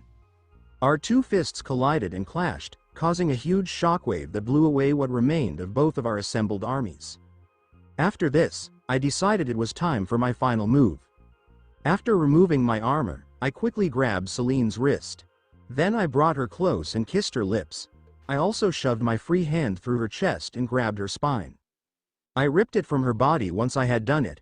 Once this was accomplished, I interrupted our kiss, trying not to collapse to my knees because my actions had just used up all of my energy. I only hoped that was enough to secure victory. With a horrified expression on her face, Celine examined her spine in my hand, her body quickly recovering from my attack. Despite this, she did not attack me. Instead, I experienced a tingling within my magic. Then, once I finished, Celine kneeled and lowered her head toward me. The duel is over. You have fulfilled one of the conditions for victory. Having killed me 3 times, thus I will now honor the terms of the deal we set forth. In that regard, you now have my undying loyalty for the rest of your days, King Naruto. She gave me the following explanation, making me grin. Looks like my risk paid off. Fuck yeah, understood. I responded. Now then arise Celine Gallio, and one more thing. It is Emperor Naruto. I obliged her. Yes, Emperor Naruto, indeed. I'd done it. I'd won my duel with Celine. Now I had not only an exceptionally gorgeous and sensual centuries-old powerful sorcerers and Evo's unwavering loyalty, but also the Hellfire Club under my authority. Of course, the club will need to go through a purge to ensure that it is free of individuals who resist Naruto's will. I'm confident Emma will enjoy this work. I've already chosen to make her the new unchallenged leader of the Hellfire Club. Along with becoming the second member of my cabal, I'm confident she and Norman will get along well. Celine rose to her feet and moved closer to me. She then kissed my lips, starting with the tongue, which I would have quickly backed away from, hadn't I felt my energy returning the longer we kissed. My reserves had returned to tolerable levels when Celine broke them. What did you just do? I questioned her. I thought that would be obvious, my emperor. I simply returned some of the life force and energy I took from you earlier. Celine agreed to clarify. Given that I could see you were on your last legs. I said, good job. I then smacked her ass. But next time wait until I'll give you permission before pulling a stunt like that unless I am in a situation where I am absolutely unable to do so. Is that understood? Celine purred. Yes, my liege. Her entire body shook. Good. Celine needs to remember who is in charge right now. Oh my, I hope I'm not interrupting something, am I? Inquired the Ancient One, stepping through a portal. Not at all, Master. I responded. By the way, I appreciate you being the arbitrator for mine and Celine duel. I told her this. Think nothing of it, Naruto, especially considering all you have done for me. This is just one of the many ways I will pay you back. She went on. I see, I said. Thank you again, I told her. She answered, my pleasure. Goodbye, then, said the Ancient One. She then opened a doorway and left. When she did, I pulled out my phone and called Susan to inform her of the conclusion of the duel, followed by Brainiac to let him know that I had summoned a cleanup team to my location to restore the harm created by the conflict between myself and Celine. After that, I opened a portal back to Latveria and transported Celine there. I then connected her with the relevant people after describing her and my relationship. Once completed, I returned to Monaco. I then crashed for a good long nap. Because combating and defeating a centuries-old psychic vampire sorcerer is no easy task. Latveria, Doomstadt, and Castle Doom, May 27, 2010. I moved through the hallways of Castle Doom, heading for my objective. Feeling as fresh as a daisy. 3 days had passed since my combat with Celine, and I was back to full strength. Strength that I intend to re-establish once I have addressed a few pressing issues. Since my duel with Celine, I've realized how much I still lack in comparison to certain beings. Leaving aside god-like beings such as the Celestials, Beyonders, and Galactus, there are several persons that could easily murder me. Like Apocalypse or Adam Warlock, if he's the one from the comics rather than the nerfed version from the MCU. There are several other beings that I could name but will not. Because just knowing how weak I am in comparison to others would not help me. No, what will benefit me is exceeding my present goals. I need to grow more. I need to change into something else. I require the abilities of a god. Yes, a god. It's decided then. I shall become my own kind of god, Emperor Naruto. With my plan in place, I started out for my destination, which I quickly came at. A set of twin doors. Pushing them open, I walked inside and closed the doors behind me. I then went to sit at the circular table in the center of the room, which had a holographic globe of the world and a number of holographic screens in the center. Along with the other people sitting at the table, Natasha, Denz, Zora, Lucia, Ivy, Thaddeus, Frag, Halo, and Savage are the names of those involved. Zod, Zemo, Jessica, and Katma are all present, just in holographic form. We are all currently in attendance at the yearly quarterly meeting. A meeting that takes occur every 3 months, unless there is a significant emergency, to receive reports on my people's progress on the duties I have allocated to them. It's why I started the quarterly meetings over the previous 2 years. Oh, and Susan's absence is due to my belief that she is not yet prepared to hear about some of the things we cover in these meetings. Just a little more time and she will be, however, for the time being, no dice. However, because I would feel horrible if I left her with nothing to do, I decided to kick her on Tony alongside Pepper. Because, despite our conversation in Monaco, he refused to tell those closest to him about his arc reactor palladium poisoning. So, like a good buddy, after I recovered from my battle with Celine, I informed everyone the truth. Who, needless to say, were not happy. That's why Tony is currently being ripped a new asshole by Susan and Pepper in his Malibu Beach home. After my combat with Celine, my wonderful first wife and I traveled to the United States the next day since I was well enough to do so. We were invited as special guests to the Stark Expo because of our relationship with the Future Foundation, which was allocated an entire day during the aforementioned expo. But enough of it for now. Back to the subject at hand. I looked around the table and gave a brief nod. All right, everyone is here. Now let's begin the meeting. That was my response. After calling the quarterly meeting to order, I decided to start things off. As most of you already know by now, I had a magical-related duel the other day, in which I emerged victorious, gaining quite the prizes. I went on. I then fully disclosed to everyone present Celine's current relationship with me. I also informed them of my plans to make Emma a member of the Cabal and put her in command of the Hellfire Club. So, thoughts? Opinions? I inquired, since I didn't only organize these sessions to hear reports. However, it is equally important to hear perspectives and ideas about the topics under discussion. Boss, are you absolutely sure this whole magical binding thing worked and that this Celine won't try and fuck us over? Brainiac was asking me. He attends these sessions on a regular basis. I'm absolutely certain, I said without hesitation. Besides, the Ancient One was there monitoring our duel, and if she had sensed anything amiss, I'm certain she would have told me by now. I gave an explanation. Now then, any other questions? Nobody spoke up. All right, I said. So with my little report out of the way, let's go around the table like usual. That was my reply. I then looked at Natasha, who was sitting on my left. Natasha, what do you have for us? I inquired. We usually go around the table clockwise when folks deliver their reports at these meetings. The usual. Foreign powers and agencies trying and failing to infiltrate Latveria. She finished her sentence. But in regards to the Trask and Kelly situation, my people almost have everything in place and we'll be ready to execute and handle that particular matter soon. She provided us with an explanation. Everyone is already aware of Trask and Kelly's situation. I alerted them as soon as I discovered what those two fucktards were plotting. Just in case I needed to use scorched earth on their asses. But it appears that won't be necessary, I said. Good. I said, Denz, because he was next in line. Nothing new to report, sire. He said, all right then, Zora my dear, go ahead. That was my reply. The LDF is in top form and still expanding. The normal troops are still integrating well with the Spartans, especially after they were given the ambrosia serum. She gave me the following explanation. I nodded as she spoke. Zora responded, that concludes my report. Right. I said. Lucia, go. I told her, of course, Emperor. She said. Brainiac, bring up the data. You got it, Ms. Bardas. He responded.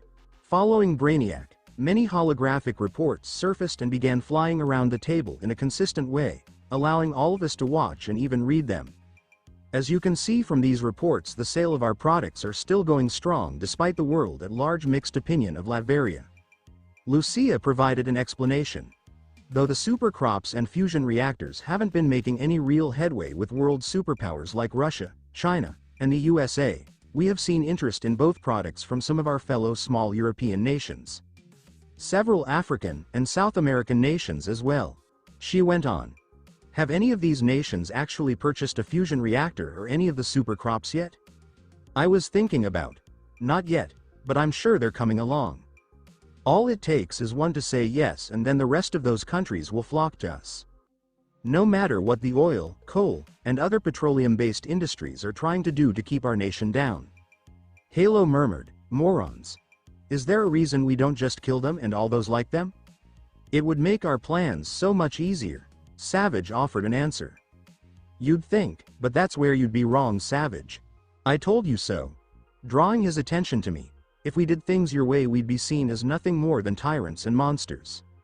But by playing the long game, we can convince those that truly matter, the ordinary people, to want us to have power over them. No, I know, my emperor. I was just saying it would be so much simpler if we could just kill all bastards like that. On that, we all agree, I said. Everyone nodded in accord. Anything else to add to your report, Lucia? I inquired. No, okay, then. I said. Ivy, you're up, I told her. Why, thank you, my lord.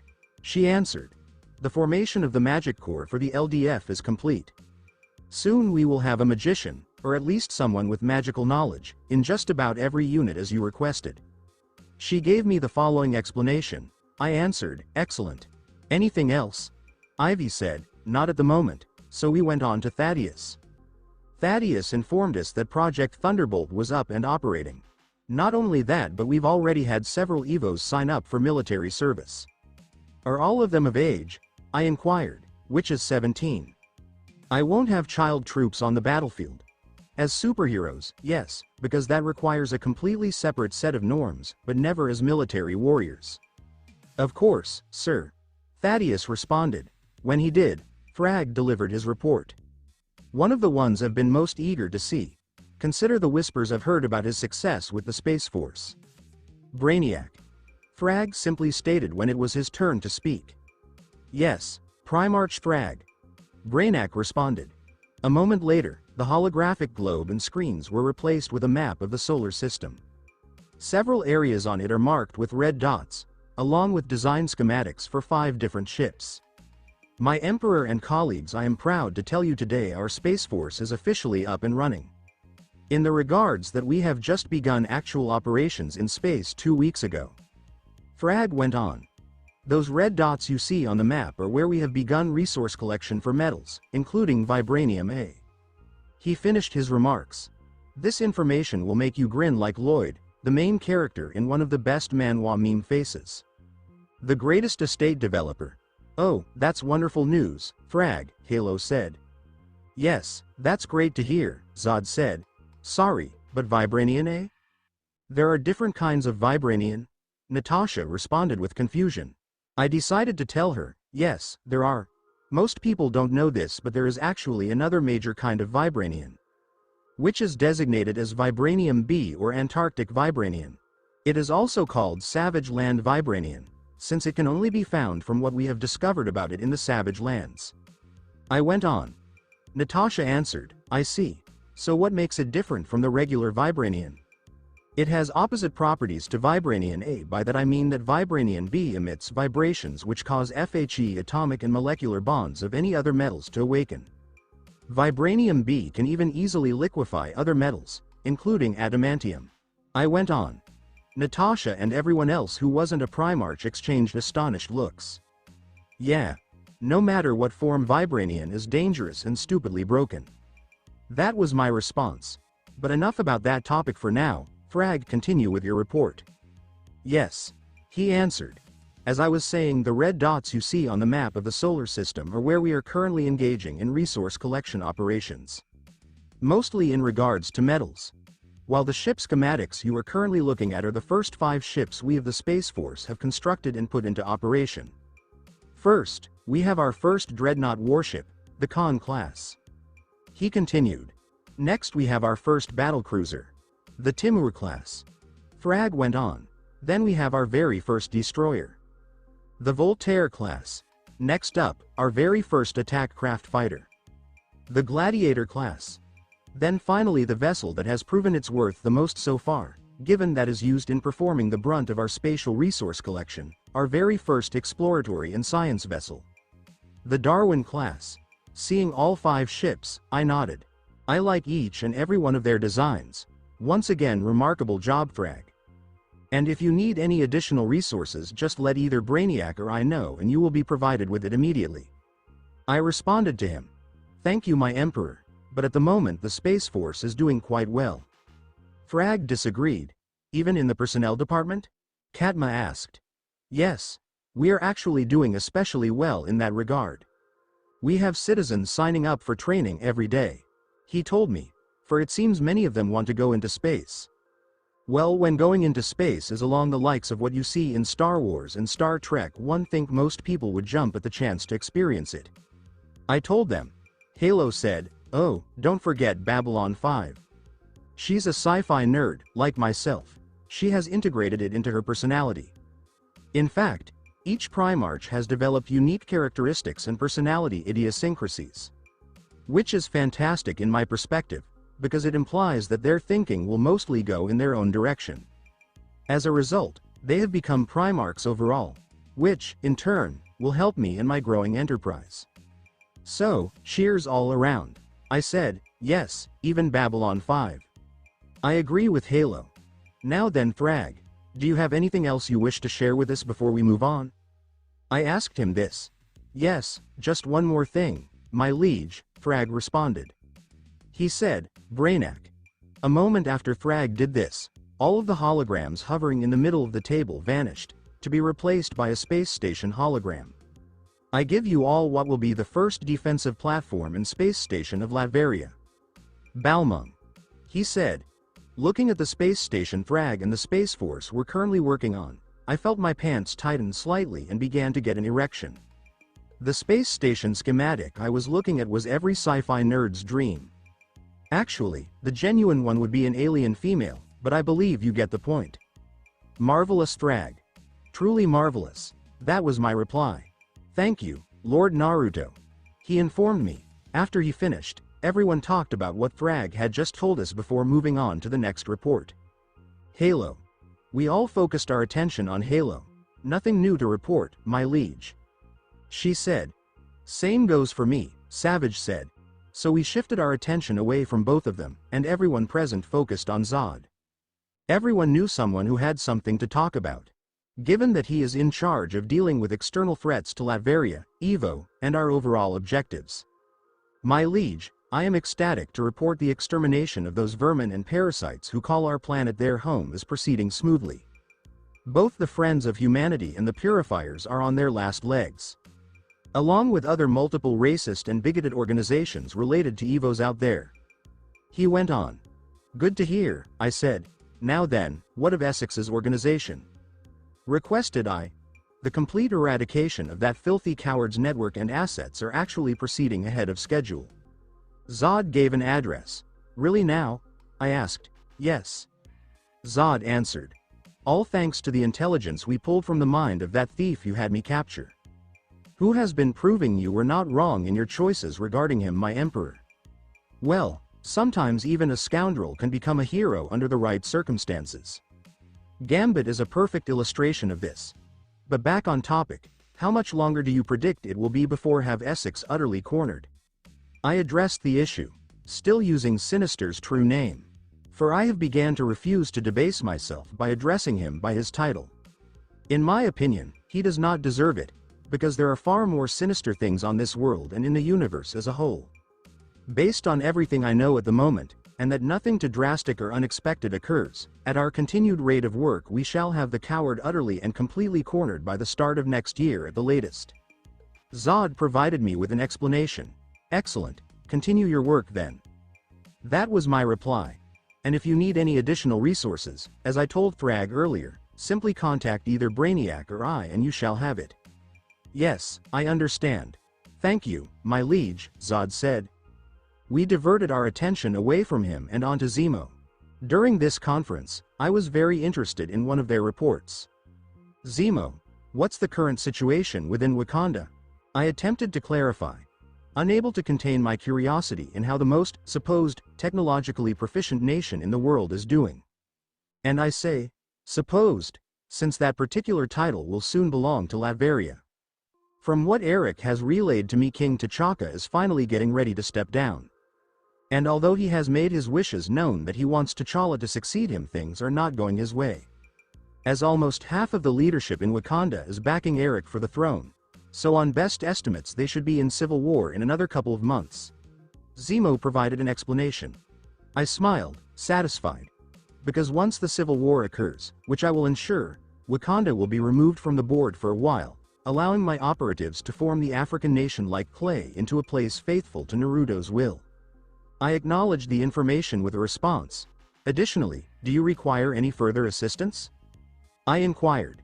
Not at this time, he responded. Very well, I stated. We subsequently shifted our focus from Zemo to Jessica. I extended offers to the individuals you mentioned regarding Naruto, and I am pleased to share that Jessica Jones has accepted our proposal. However, I have yet to receive any response from Mr. Cage and Mr. Murdoch. She communicated to us. Understood, I replied. Continue to assess their circumstances. Yes, certainly, Jessica responded. Have you received the research we obtained from Dr. Bernstein? She inquired. Yes, I responded. Following my contributions, we addressed several additional topics before directing our focus to the final participant in the meeting, Katma. My Emperor, I am pleased to report that the preparations are nearing completion. In just a few weeks, Atuma and I will initiate our strategic offensive against Atlantis and its allies, Katma announced. This news is not only causing a strong physical reaction, similar to my earlier response during Thrag's report, but it also poses a significant challenge to my composure. In the near future, Atlantis will come under the leadership of Naruto, while Namor will find himself in Davy Jones' locker. Contemplating the matter elicited a slight chuckle from me. Your Majesty, are you well? Katma inquired. Indeed, I am, I responded. I am pleased to share that our diligent efforts concerning Atlantis are on the verge of yielding results. Your contributions, in particular, have been instrumental in bringing this day to reality. I said. Thank you, Lord Naruto, Katma stated.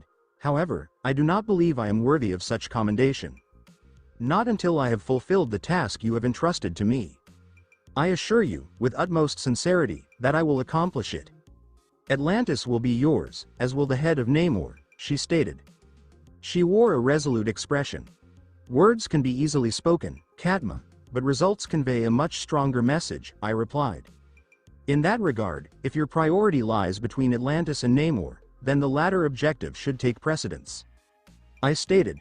We can revisit the underwater city at a later time. However, the situation with Namor is different. He must be dealt with decisively. Is that clear? Indeed, it is, Katma responded. Good, I responded. If there are no further matters to address, I will now conclude this quarterly meeting. No one voiced their opinion. With that, we concluded the meeting. Subsequently, I proceeded directly to my private office. The individual I was scheduled to meet was waiting outside. John Shepard. Upon noticing my presence, he offered a subtle bow. My liege, he stated, lifting his head. Chief Shepard, I responded. As I opened the door to my office, after you, I said. John then offered a brief nod before entering my office. I followed closely behind him and subsequently closed the door. Commencing my second meeting of the day. Upon closing my office door, I proceeded to take a seat at my desk. John proceeded to take a seat in one of the two chairs positioned in front of it. Once he did, I made direct eye contact with him. John, I will be direct. As you are aware, Latveria has commenced the implementation of several of our more assertive strategies, which will inevitably increase the level of risk. This situation poses a significant threat to my family, myself, and those in our immediate circle. While many individuals I know are capable of defending themselves, there are others who are not. It is prudent to exercise caution. Therefore, in light of these considerations and additional factors, I believe it is essential to establish a dedicated force for the protection of my family and me. I am referring to the formation of a royal guard. I have summoned you today because I would like you to assume the role of commander of this royal guard. I explained. After I completed my task, John's eyes widened in both shock and disbelief. However, it is commendable that he maintained enough composure to continue our conversation. Me, sire? You wish for me to lead the royal guard?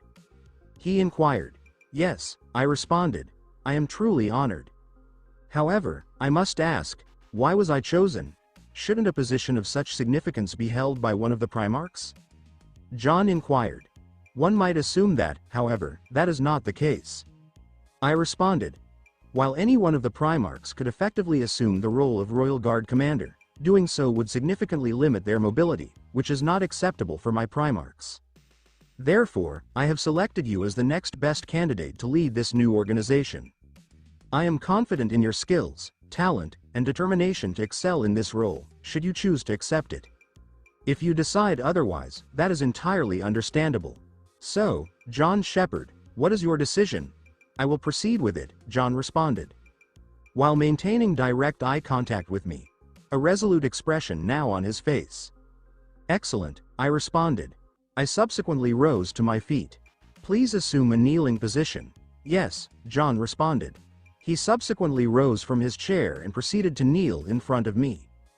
John Shepherd, also known as Spartan 117. I, your Supreme Commander, Creator, and Monarch, Naruto von Regnum, hereby elevate you to the rank of Commander and officially appoint you as the leader of the Imperial Guard, formally recognized as Astra Militarum. Now, arise. Yes, my Emperor, John replied. He then rose to his feet and rendered a salute to me. I returned one. With that, it is complete, I stated. Subsequently, I resumed my seat, and John did likewise. Upon completion, we commenced discussions regarding the Astra Militarium, specifically focusing on how John, along with others deemed worthy of membership, would receive treatment akin to that of Luke Cage. Creating my Imperial Guard shields to ensure the protection of what I value, alongside crafting spears designed to effectively target any adversary I choose. Following further discussion, John departed. He is en route to discuss specific aspects of his new responsibilities with Zora. I had previously designated an individual to assist whoever would assume the role of commander of the Astra Militarum in getting established. After this occurred, I proceeded to complete some tasks until I heard a knock on my office door. Yes, how may I assist you? I inquired. It is I, my king, Savage announced from the other side of the door. I have King Stefan and Sable accompanying me, he stated, indicating that my third significant meeting of the day was about to commence. Understood. Please proceed, I stated. As I opened the door to my office, Stefan and Sable entered. Once they entered, Savage closed the door behind them. Upon this occurrence, I rose and approached both individuals to extend a handshake as a greeting. After completing that, we proceeded to take our designated seats. It is a pleasure to see you both, as always, I remarked. The same to you, Naruto, Stefan responded. Yes, that is correct, Sable added. While it is always a pleasure to have your company, I would appreciate understanding the reason for this sudden meeting, Stefan inquired. Considering I arranged this meeting just 3 days prior. This is quite short notice. When I schedule a meeting with Stefan, it is typically arranged a month or two in advance. Since I maintain a respectful demeanor, however, the issue I need to address with him today cannot be postponed any further. I would like to discuss the future, I stated, adopting a serious demeanor. I subsequently brought my hands together and positioned my elbows on the arms of my chair. Specifically in the near future, I am confident that Latveria will inevitably engage in conflict with the world, I stated. I assume this pertains to the world peace scenario we have been discussing over the past couple of years? Stefan inquired. I have been informally discussing my plans with both Stefan and Sable for several years to gauge their agreement. I value both of them as partners and prefer to avoid any situation that would necessitate their removal should they decide to oppose me. Based on our discussions over the years, I am confident that they will not. I acknowledged Stefan's question with a nod. Yes, I responded. That scenario is one I am currently working to implement. I stated. This time, my words genuinely surprised both Stefan and Sable. Naruto, are you comprehending what you are articulating? Stefan inquired of me. Yes, I certainly do, I responded. I believe you both understand me sufficiently at this point to recognize that I can substantiate my statements with my actions. We do, Sable stated. This raises an important question. What prompted your invitation for us to gather here today? Stefan clarified, if you believe we would oppose you, that is not the case.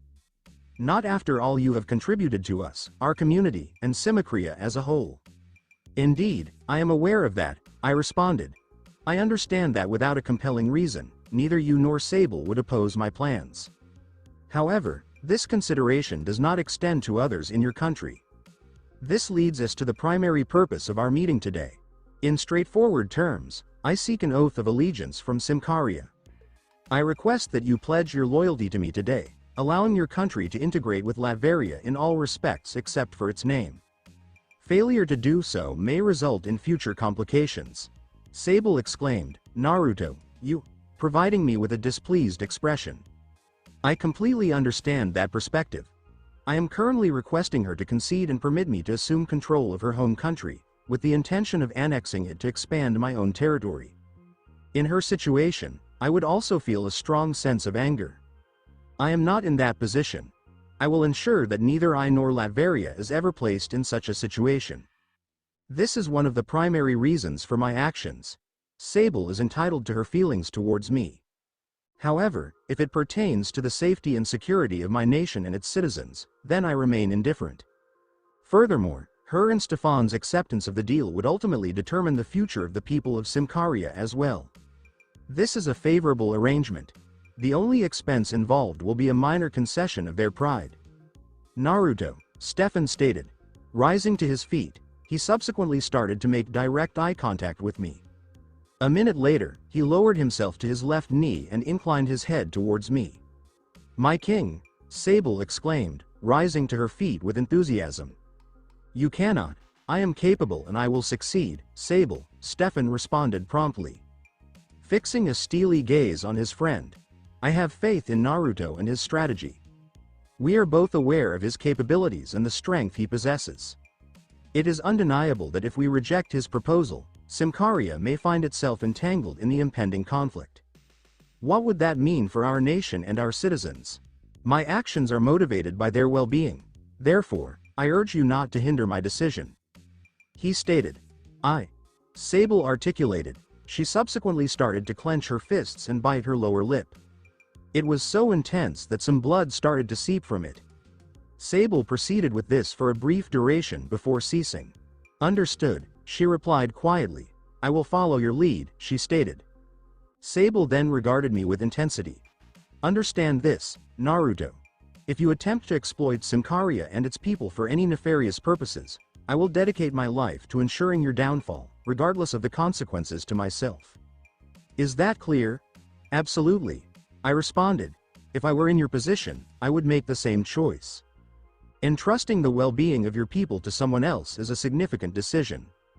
However, you can rest assured. Under my care, they will be secure. I will extend to them the same consideration I have shown to my own citizens, as well as those from Sokovia. You have my assurance. Let us commence, Stefan stated. Indeed, let us. I responded.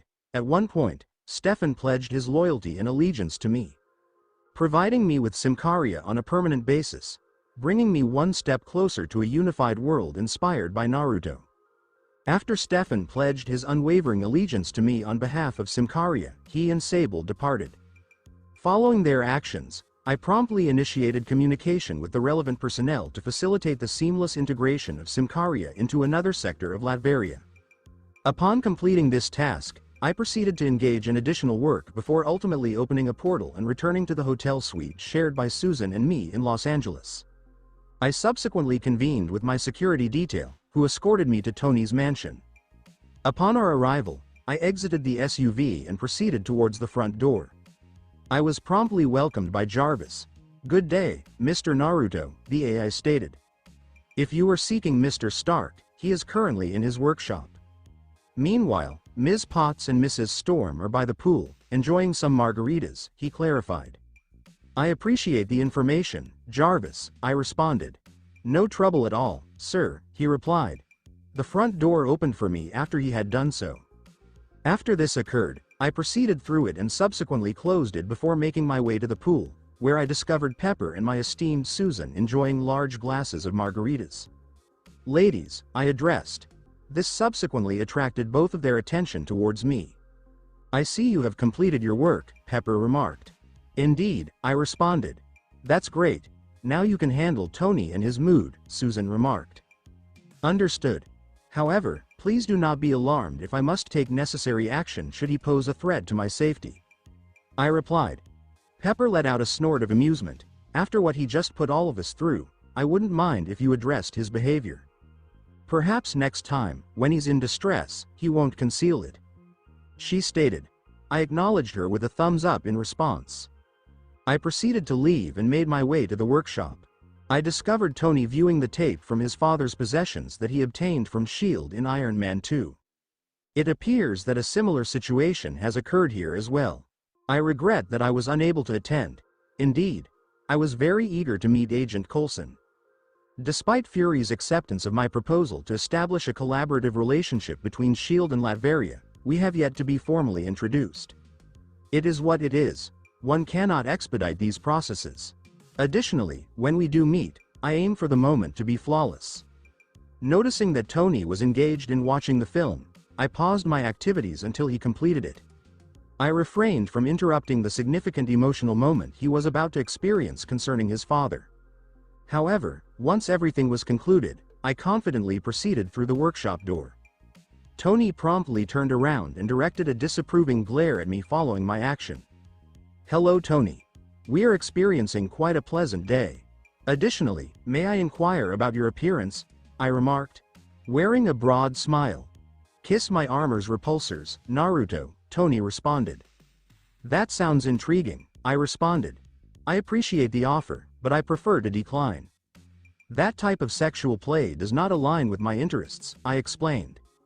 It appears that Fury, along with Cheel, has finally addressed the matter and informed you about your father's involvement with the organization. Could you please explain how you came to that conclusion? Tony inquired. It's magic, I responded, incorporating jazz hands for emphasis. However, I must emphasize that my sources are exceptionally reliable. I have yet to formally introduce Tony to the realm of real magic. Certainly, understood. Tony responded. Could you please clarify why this information was not communicated to me earlier?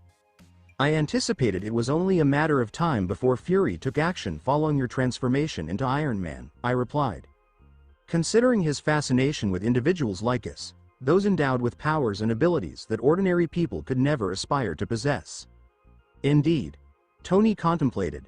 I responded affirmatively once again. Regarding the video of your father, did you gain any insights from it? I inquired, although I was already aware that he did. Indeed, my father had rather questionable preferences when it came to alcohol. Scotch? No, it's all about rum, Tony remarked with a hint of humor. However, that is simply his approach when addressing various emotional matters, so I choose to overlook it. Particularly considering it pertains to his father. I will refrain from engaging with that situation unless it is absolutely necessary. Is there anything further you would like to discuss? I inquired. Perhaps, Tony responded. He then fell silent, and that was when I started to observe the thoughts processing in his mind. The realization that the discovery and invention of the badassium element was imminent was just a few hours away. My intuition has once again validated my judgment. After allowing Tony some time, he successfully deciphered his father's concealed message, leading to the creation of the new element badassium. I had the opportunity to be present during its inception, as Tony requested my assistance in its development. This enabled me to observe something profoundly beautiful. This will enable me to gather all the information required to recreate badassium independently, providing me with an additional tool in my expanding repertoire. Ultimately, I administered a dose of Maya's refined extremis serum to Tony. I had already intended to proceed with that plan. I simply needed to wait until he finished the badassium. The expression I received afterward was undeniably painful. Tony and I share a strong camaraderie in our expertise with armor. If I were to choose someone to administer a biological serum that would introduce nanites into my bloodstream to modify and repair my DNA or address any enduring injuries I have sustained, I would prefer it to be him. What purpose do friends serve otherwise? New York City, May 28, 2010. Executing a backflip while adorned in a self-crafted costume, Peter skillfully evaded a bullet. Upon landing on his feet, he swiftly advanced towards the man who had fired at him and executed a precise kick to his chest, propelling him into the left wall in the alley where the confrontation was taking place. A confrontation that has recently concluded. After the man Peter kicked struck the wall, he lost consciousness. Observing this, Peter directed his wrist towards the individual and subsequently discharged webbing from his web shooters to immobilize him. He then departed the area swiftly before the police arrived. As they were not receptive to his vigilantism, this would typically be of significance to Peter, since he had never genuinely violated the law in his life. However, the current circumstances have changed. He was resolute in continuing his current actions. The entire sequence of events commenced 1 month ago. Upon returning home late from testing his newfound powers, which he had realized were connected to the abilities of arachnids, he discovered his Uncle Ben and Aunt May waiting for him. The individual was displeased with him for neglecting to accompany his aunt home from work. This resulted in a conflict between Peter and his Uncle Ben, prompting Peter to leave his home in frustration. He then attempted to purchase some milk, only for the clerk on duty to be quite uncooperative regarding the change. This only exacerbated Peter's frustration. He allowed an individual armed with a firearm to rob the clerk as a form of retribution. Believing it did not concern him, however, it soon became his concern when he learned that the same robber he had released had engaged in a confrontation with his Uncle Ben. An altercation that could have resulted in his uncle losing his life. If 2 police officers had not been passing by in their squad car and intervened to assist his uncle in apprehending the robber, the individual was subsequently apprehended and incarcerated. Subsequently, Peter and his uncle exchanged apologies. The awareness of potential outcomes, coupled with the recollection of his uncle's frequent discussions on the correlation between significant power and substantial responsibility, motivated the young teenager to seek a constructive application of his abilities. Consequently, he made the decision to don the suit and assume the role of Spider-Man.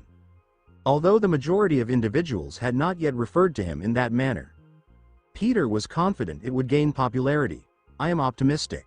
Nonetheless, Peter proceeded to navigate through the city with agility, eventually halting and descending onto a rooftop. He subsequently positioned himself on the north-facing ledge to observe the cityscape. It is quite striking, isn't it? Indeed, it certainly is. Peter commenced his response. He quickly sprang up and assumed a fighting stance upon realizing that someone else was on the roof with him.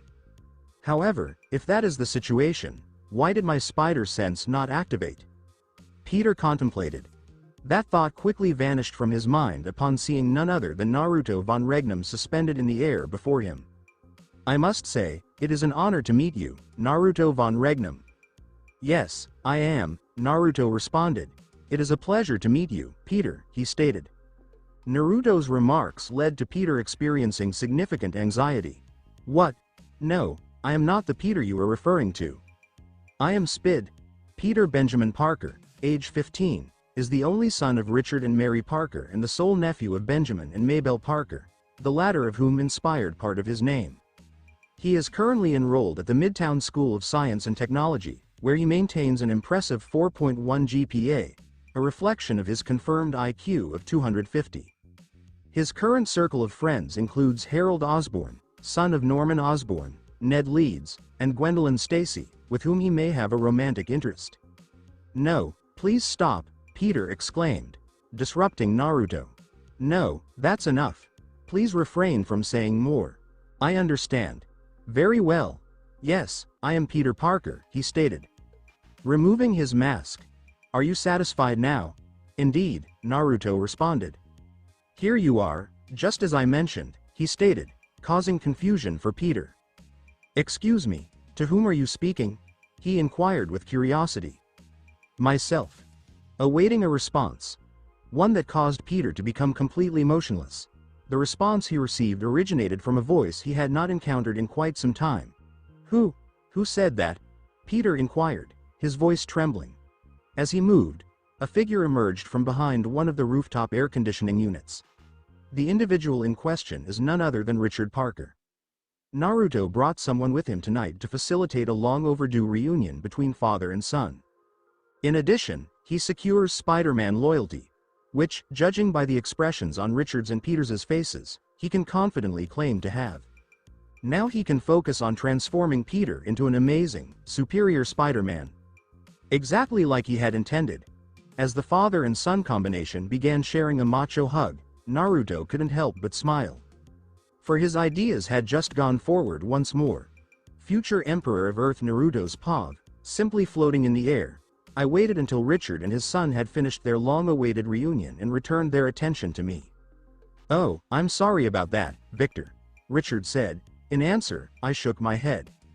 "Richard, there is no need to apologize right now. As a father myself, I get it. I told you so. Now then, time for your second reunion of the night." I corrected you. I then snapped my fingers, opening two portals. One under the father-son combo, and one in front of me, which I glided through once I opened it. Peter and Richard both fall through theirs. Eventually, the three of us found ourselves in May and Ben's living room. The same one from the Amazing Spider-Man movie. After the three of us arrived, I snapped my fingers once again, closing both portals. I then shifted my focus to Ben and May, both of whom are young in this reality, and they were staring at the three of us, completely stunned. "Peter," May exclaimed. "Richard," Ben added. "Yes, brother, it's me," Richard said. He smiled. He said, "Good to see you again." That got things started for the Parkers. This leads to another emotionally fraught reunion, which, as previously, I did not encroach upon. I merely hovered in the air and did some work while waiting for the Parkers to notice me. They did it 2 hours later, however, I don't blame them. As a result, when they shouted my name, I turned around to face them. Namely, Peter. He said, "Mr. No, I mean King Naruto." "Thank you." "Think nothing of it, Peter," I said. "After all, I made an agreement with your father and I always stick to my word." That was my reply. "Still, is there anything I can do to repay you for giving me my family back?" Richard was curious. "Just keep doing what you've been doing and we'll be good, Richard." "I told you so." "Yes, about that. How am I going to keep fulfilling my duties if I must return to Latveria?" He requested an explanation. "Because I don't want to uproot my family, even if I've just gotten them back." He offered an explanation. "And you won't have to, Richard." I responded. "And as for an answer to your question, well, you'll just have to wait and see until tomorrow at the Stark Expo. Oh, and speaking of which, here." I was chatting. I then snapped my fingers and conjured 4 expo tickets, then used my telekinesis to float one to each Parker family member. Tickets for the Stark Expo. The premium package, giving you access to any and everything there. That was my reply. And before you say you can't accept them, just know I won't take no for an answer where they're concerned. "Wow, thanks, Mr. Naruto," Peter exclaimed enthusiastically. "It's no problem, Peter," I said. "Well then, I think I've taken up enough of your time for tonight, so I bid you farewell." Then, before the Parkers could say anything, I opened another portal, floated through it, and closed it again. Extremely pleased because all of my preparations concerning the Parker family are going nicely. From ensuring that the cops saved Ben a month ago to reconnecting Richard with his family, and, of course, endearing myself to Peter. This makes it all the simpler to get Spider-Man on my side. Though I believe my revelation at the Stark Expo will seal the deal. Only time will tell, I suppose. Oh, who am I kidding? This is already in my bag. May 29, 2010. My security detail, Susan, and I walked around the Stark Expo grounds together, seeing if anything might pique my curiosity. We had already completed all preparations for our presentation later in the day. My eyes scanned the region and discovered notable creations. Unfortunately, none of them captured my full attention. Some of the notions I deduced from the presentations appeared to be beneficial at a later point, so I made a mental note of them. At least until a young man dressed in an Iron Man mask and gloves, as seen in the Iron Man 2 film, unexpectedly appeared in front of my group. When they did, We instantly halted. Miles! A woman shouted at the young masked child seconds after we did. Coming into view a second later, I noticed she was of Puerto Rican heritage. And considering the name she just gave the child in the Iron Man mask, I conducted a short search utilizing my technopathy and discovered that my instincts were once again correct. Rio Morales and her son, Miles Morales, are the mom and kids standing before me right now. My all-time favorite Spider-Man. It's nice that he exists in this universe. Rio grabbed Miles' arm and sent him a severe look. I told you not to let go of my hand. She went on. Rio then moved her glance to our group's direction. Sorry. No, there is no need to apologize, I said. Yes, my husband is right. We have little ones ourselves, so we completely understand. Susan continued. Rio's face lightened with relief as she heard our comments. Thank you. Please excuse us, she said. Rio and the second future Spider-Man then walked away. As they did, I gave Brainiac a technopathic instruction to keep an eye on our prospective future wallcrawler. Susan and I continued our tour of the fair, until finally, the moment for our presentation arrived. I found myself standing on the same stage from the Iron Man 2 film, Susan by my side, both of us wearing mic headsets, and we smiled and waved at the crowd in front of us. Thank you, I said into the microphone. Great to be here. Susan added, truly. The two of us continued to smile and wave until the crowd calmed. Okay. Well, now that everyone has calmed down, let's get this show on the road. That was my reply. Now I know you're all curious as to what we're going to be presenting her at the expo. And to answer your questions, I give center stage to my wife, Susan Storm. I took a step back to give Susan the spotlight. Thank you, dear. Susan replied. So, as my husband just said, today I'm going to present our idea. One that has to do with ensuring a better for our world by nurturing the talents of young men. Which is why, in conjunction with Werner Academy, the Future Foundation will host the first of its satellite campuses right here in New York. She went on. The crowd erupted in cheers again. However, considering the Werner Academy's track record since its inception, this reaction was expected. One that I want to see a lot more of, as I intend to develop further Academy satellite campuses throughout the world in the future years. Because I want my people to have access to free and quality education. And as their ruler and leader, it is my responsibility to make it happen. Even if neither of them realizes it yet. After the crowd's cheers subsided, we answered a few questions before concluding our presentation. After we finished, I went into a private area where Peter and his family were waiting. I'd instructed my Spartan guards to bring them. Parker family.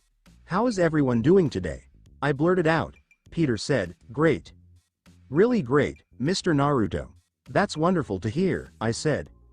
I then exchanged hellos with Richard, May, and Ben. All right, so now that the greetings are out of the way, let's get down to business.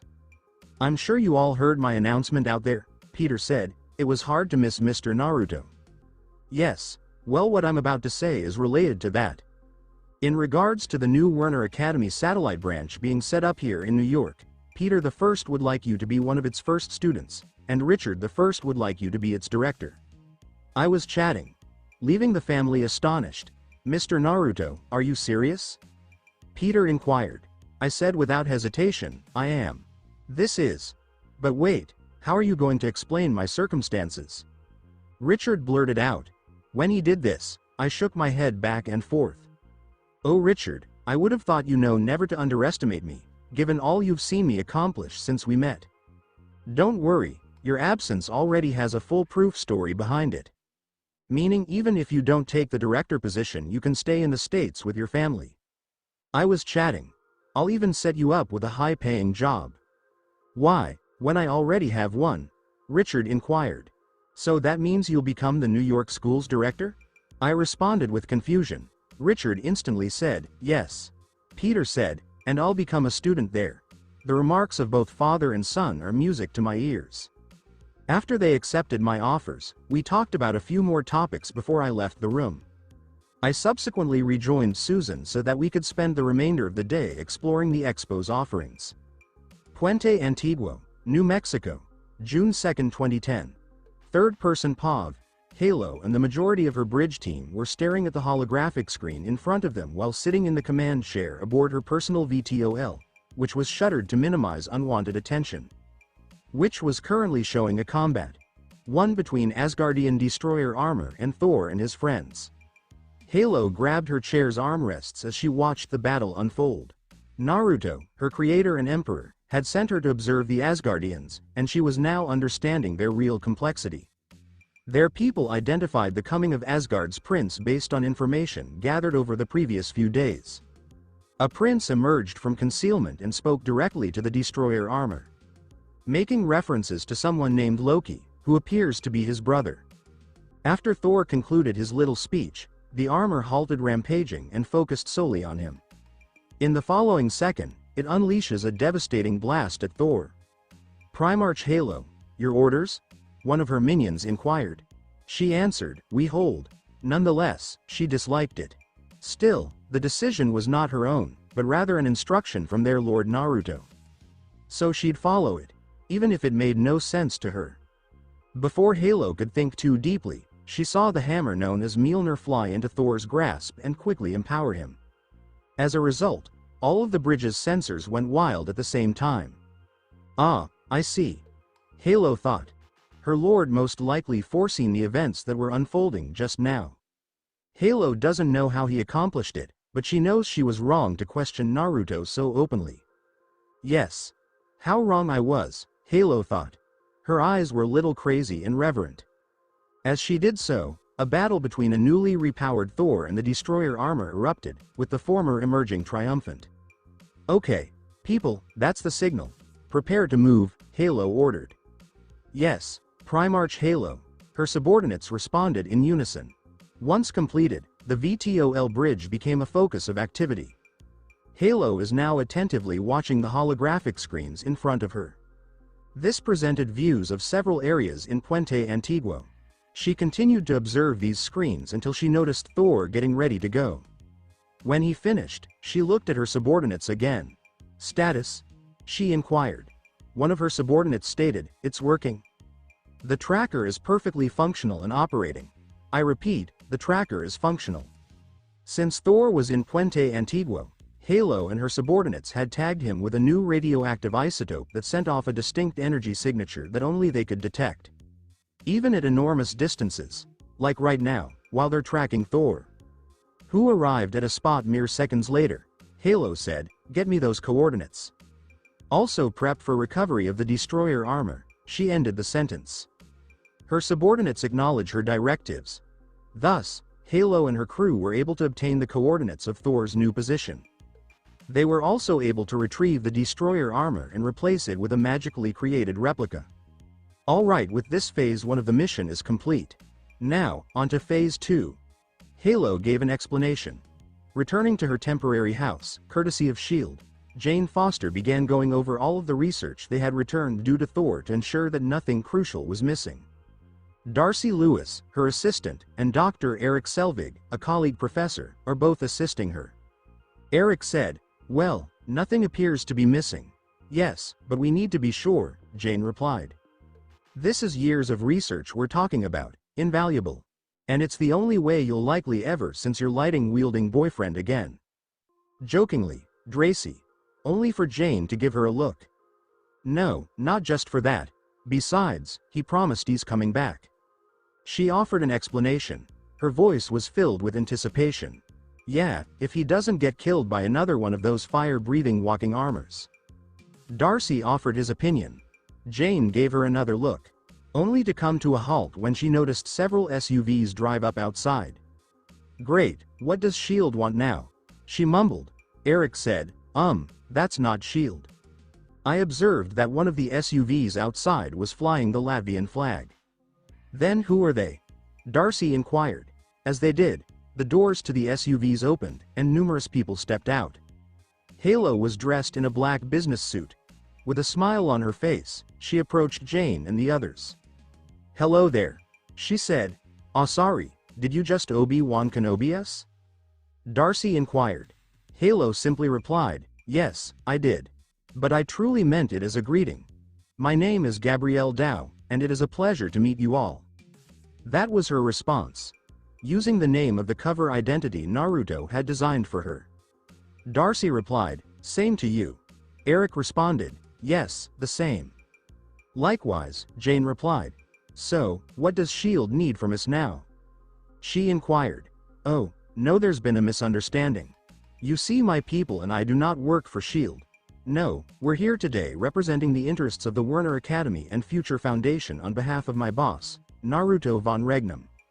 Halo offered an explanation. Jane, Eric, and Darcy were shocked. They all knew who Naruto was and the impact his activities had on the world over the last few years. "Wow. This is getting a little crazy," Darcy said. "I mean, what would a king want with us?" She wondered. "Why does he want to give you all jobs, Ems Lewis?" Halo responded. "Sorry, what?" Eric asked. "You see, my employer has had his eye on you three and your research for some time now. And now with confirmation that your theories are true, what with the arrival of Thor and his fellow Asgardians, he would like to sponsor your research and help take it up the next level." Halo went on. "Hang on, how do you know about Thor?" Jane inquired. She narrowed her gaze. "My employer, and by extension I, have a working relationship with S.H.I.E.L.D. Halo responded. "In fact, my people and I were dispatched by Mr. Naruto to help them investigate the mysterious anomaly that occurred here, that we now know as life beyond our own planet," she went into detail. "Which isn't a lie. S.H.I.E.L.D. did request Naruto's assistance in dealing with Thor's situation, and in answer, he dispatched Halo, giving her the perfect cover to carry out his directives. If you don't believe me, I could contact Agent Coulson and have him tell you himself." Halo exclaimed. "No, that's fine," Eric responded. "Right, Jane?" "I suppose," she said. Halo said, "Wonderful. So, about the job offer. The Werner Academy and Future Foundation will fully fund any and all research you three conduct, and give you full credit for any discovers. We'll also pay you quite handsome salaries." She started talking.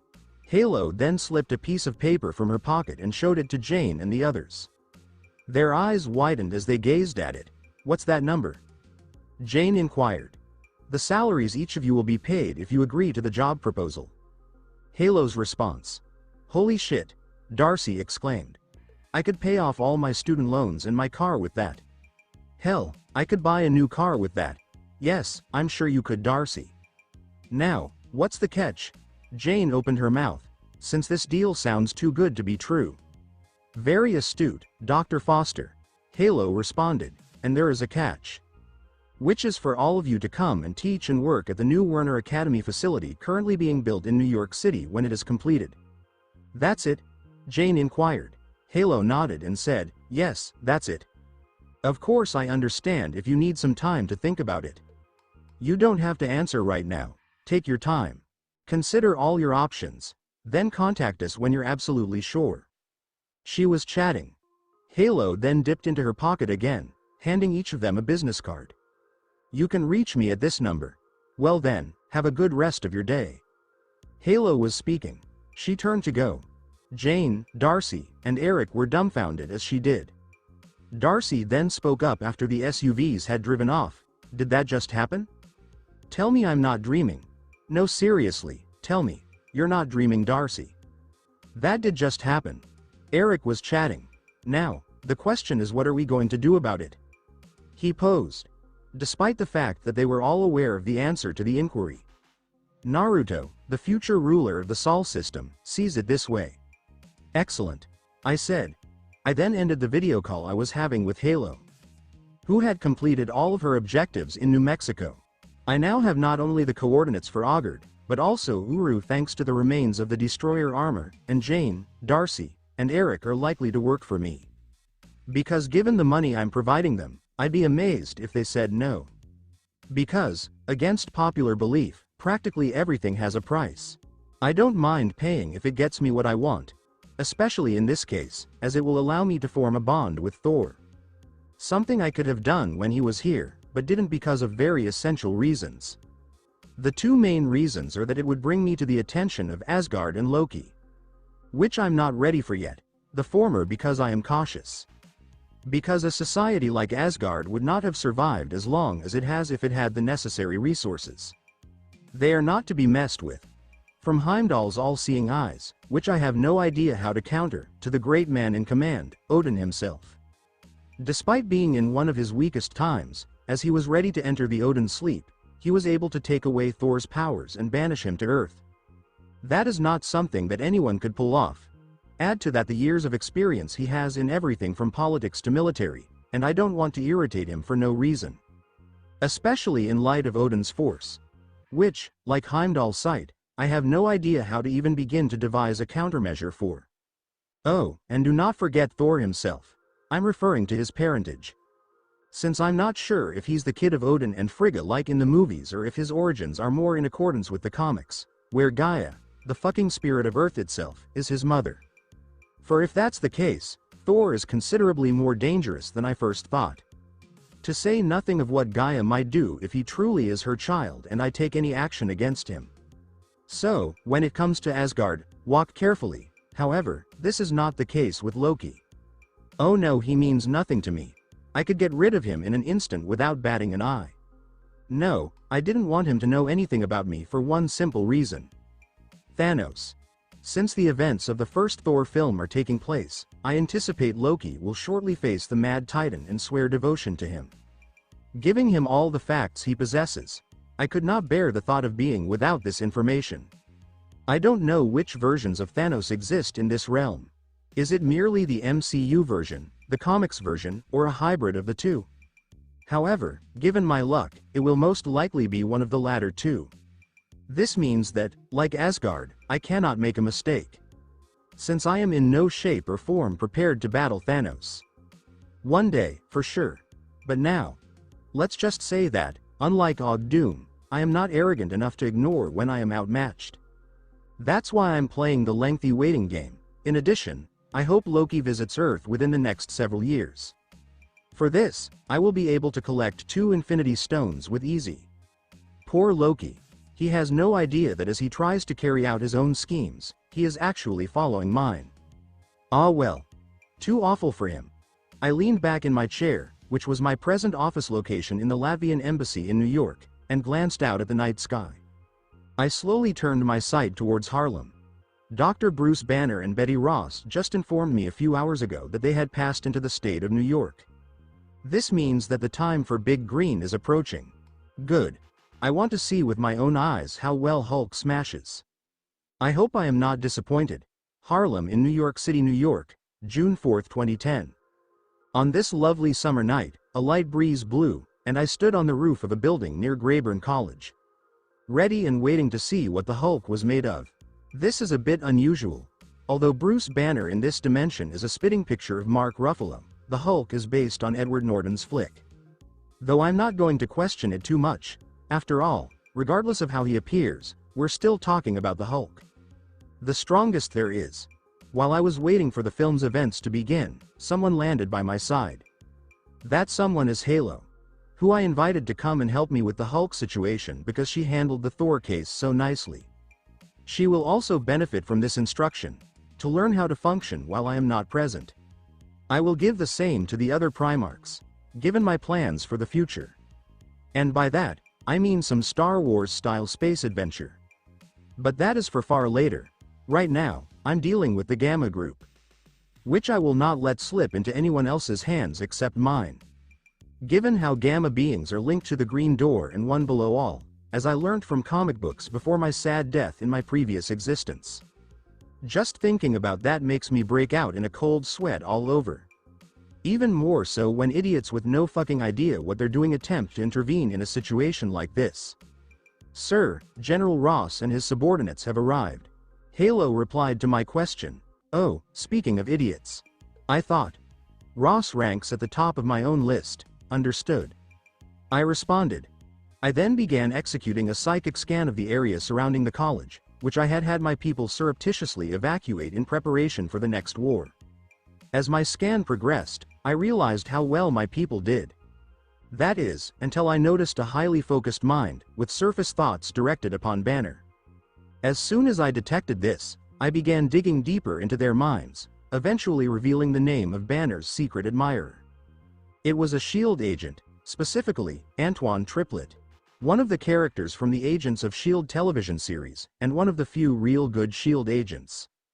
We have company. An agent of S.H.I.E.L.D. They are surveilling Banner. Halo was talking to me. Your orders? She inquired. Leave him be for now. But assign someone to watch him, and should he be placed in danger, then remove him from it. I gave you directions. I then telepathically sent Trip's current location to Halo, who then set about carrying out my commands as I completed my psychic scan of the surroundings. There are no other outliers, but Trip. Then, just as I finished, I spotted Bruce and Betty, the former in chains, being led by troops right to Ross. Thankfully, William Hurt is still alive in this universe, rather than my guy Harrison Ford, as in the next Captain America film, which was due to be released before I died. Since I would feel awful about burying the actor who played Indiana Jones in Han Solo. Which is exactly what I intend to do to Ross, because I refuse to allow that man to achieve control, as he did in the movies. There will be no Prez. Ross here. Oh no, Ross will be unable to get work as a school security guard after I finish with him. As I watched Bruce's arrest unfold before me, I noticed Betty begin to violently shout at her father, felt her anger and disappointment. Meanwhile, all I felt from Ross was resignation, a sense of obligation, and even some greed. Pulling away from their thoughts, I witnessed Betty smack her father, causing a little smirk to form on my lips, as he began putting her into the identical chopper Bruce had placed her in. Which then took off.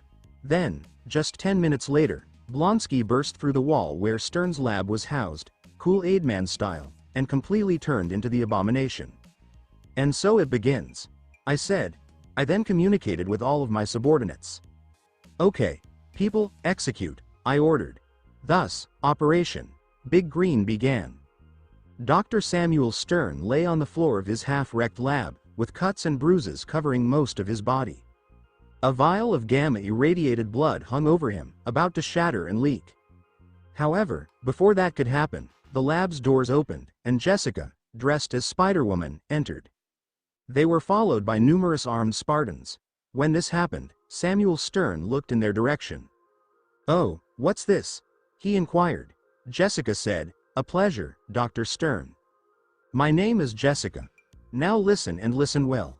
I am offering you a choice right now that will expire in the next 5 minutes. Either come work for me employer or stay here and be arrested by the US government, who you will end up working for no matter what you say. Of course the same is true if you come and work for my boss. But at least he won't work you like a slave. So, what's it going to be? The first option, Samuel responded. I didn't even need a minute to think about things. Jessica responded, excellent. Okay, people, you heard the doctor. Move it. She said. Yes, the Spartan guards said in unison. They then proceeded to hastily empty the lab of all pertinent research materials, while also treating Stern's injuries. Jessica also ensured that no gamma blood combined with his own. Having witnessed Emil Blonsky's transformation, she wasn't keen on facing another gamma-powered individual this evening. Plus, if it actually came to pass, she knew Naruto would be devastated, and she couldn't let it happen. Not with a job that simple. Within minutes, the lab was a flurry of activity, everything being hastily packed up. It was Jessica, the Spartans, and Stern, and that was it. 5 minutes later, Antoine Triplet stormed in, weapon drawn and poised. The look of total confusion that crossed his face a moment later was priceless. What? He mumbled. Still searching. Finally, after a few more seconds ticked by, it came to a halt.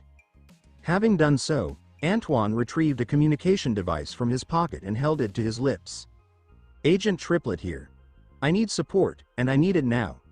Dr. Samuel Stern is missing. I say again, Dr. Samuel Stern has vanished. And it seems his whole body of work has gone with him. Director Fury must be notified at once. He spoke quickly, urgency evident in his voice.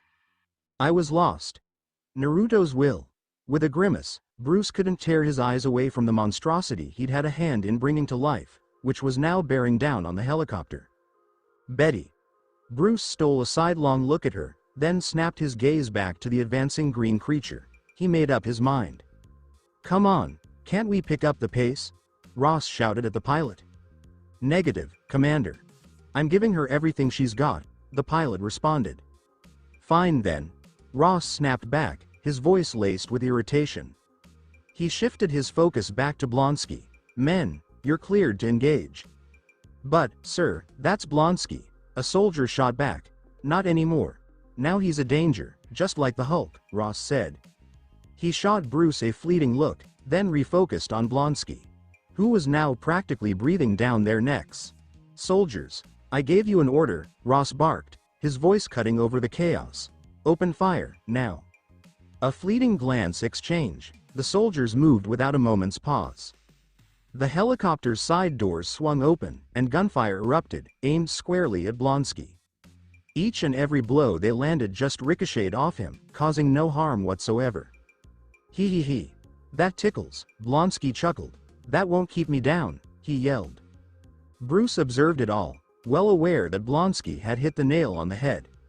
Only one thing could halt his progress. Bruce, his fists tight, turned to Betty and kissed her.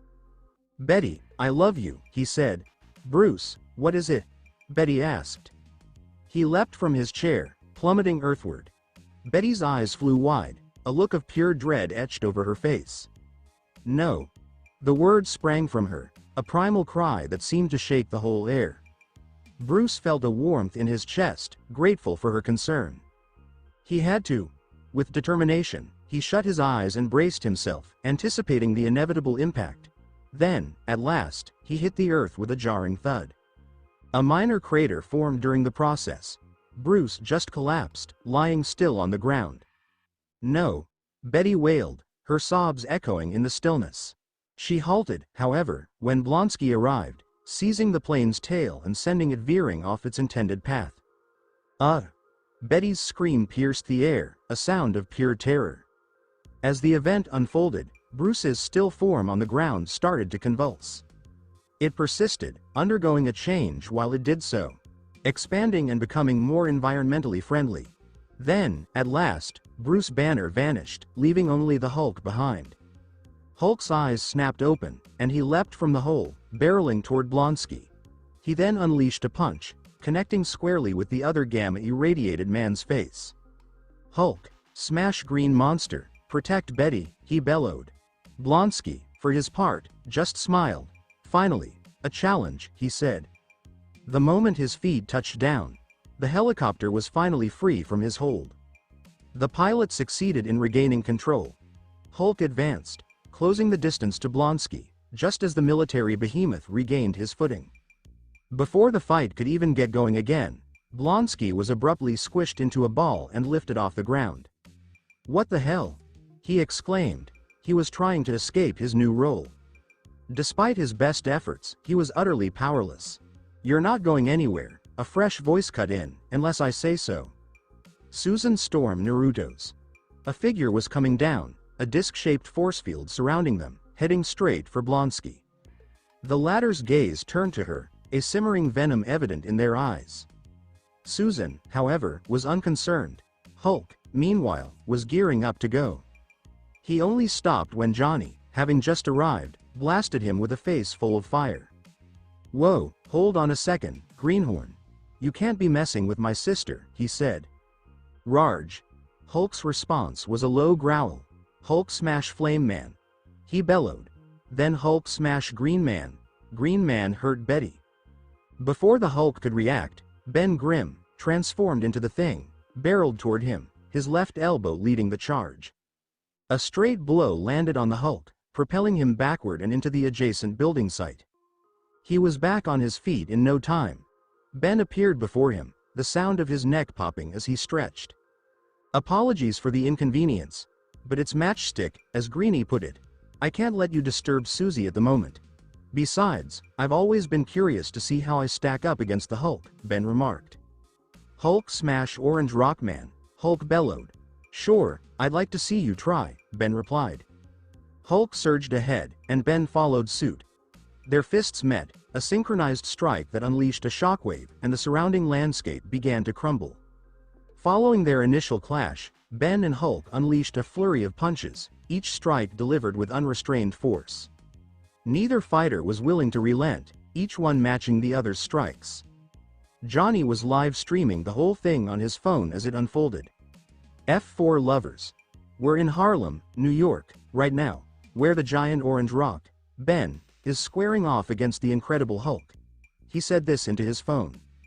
Susan, in the meantime, had dealt with Blonsky. The man, now unconscious, had reverted to his original state. The force field Susan had created, the one she surrounded him with, was airtight.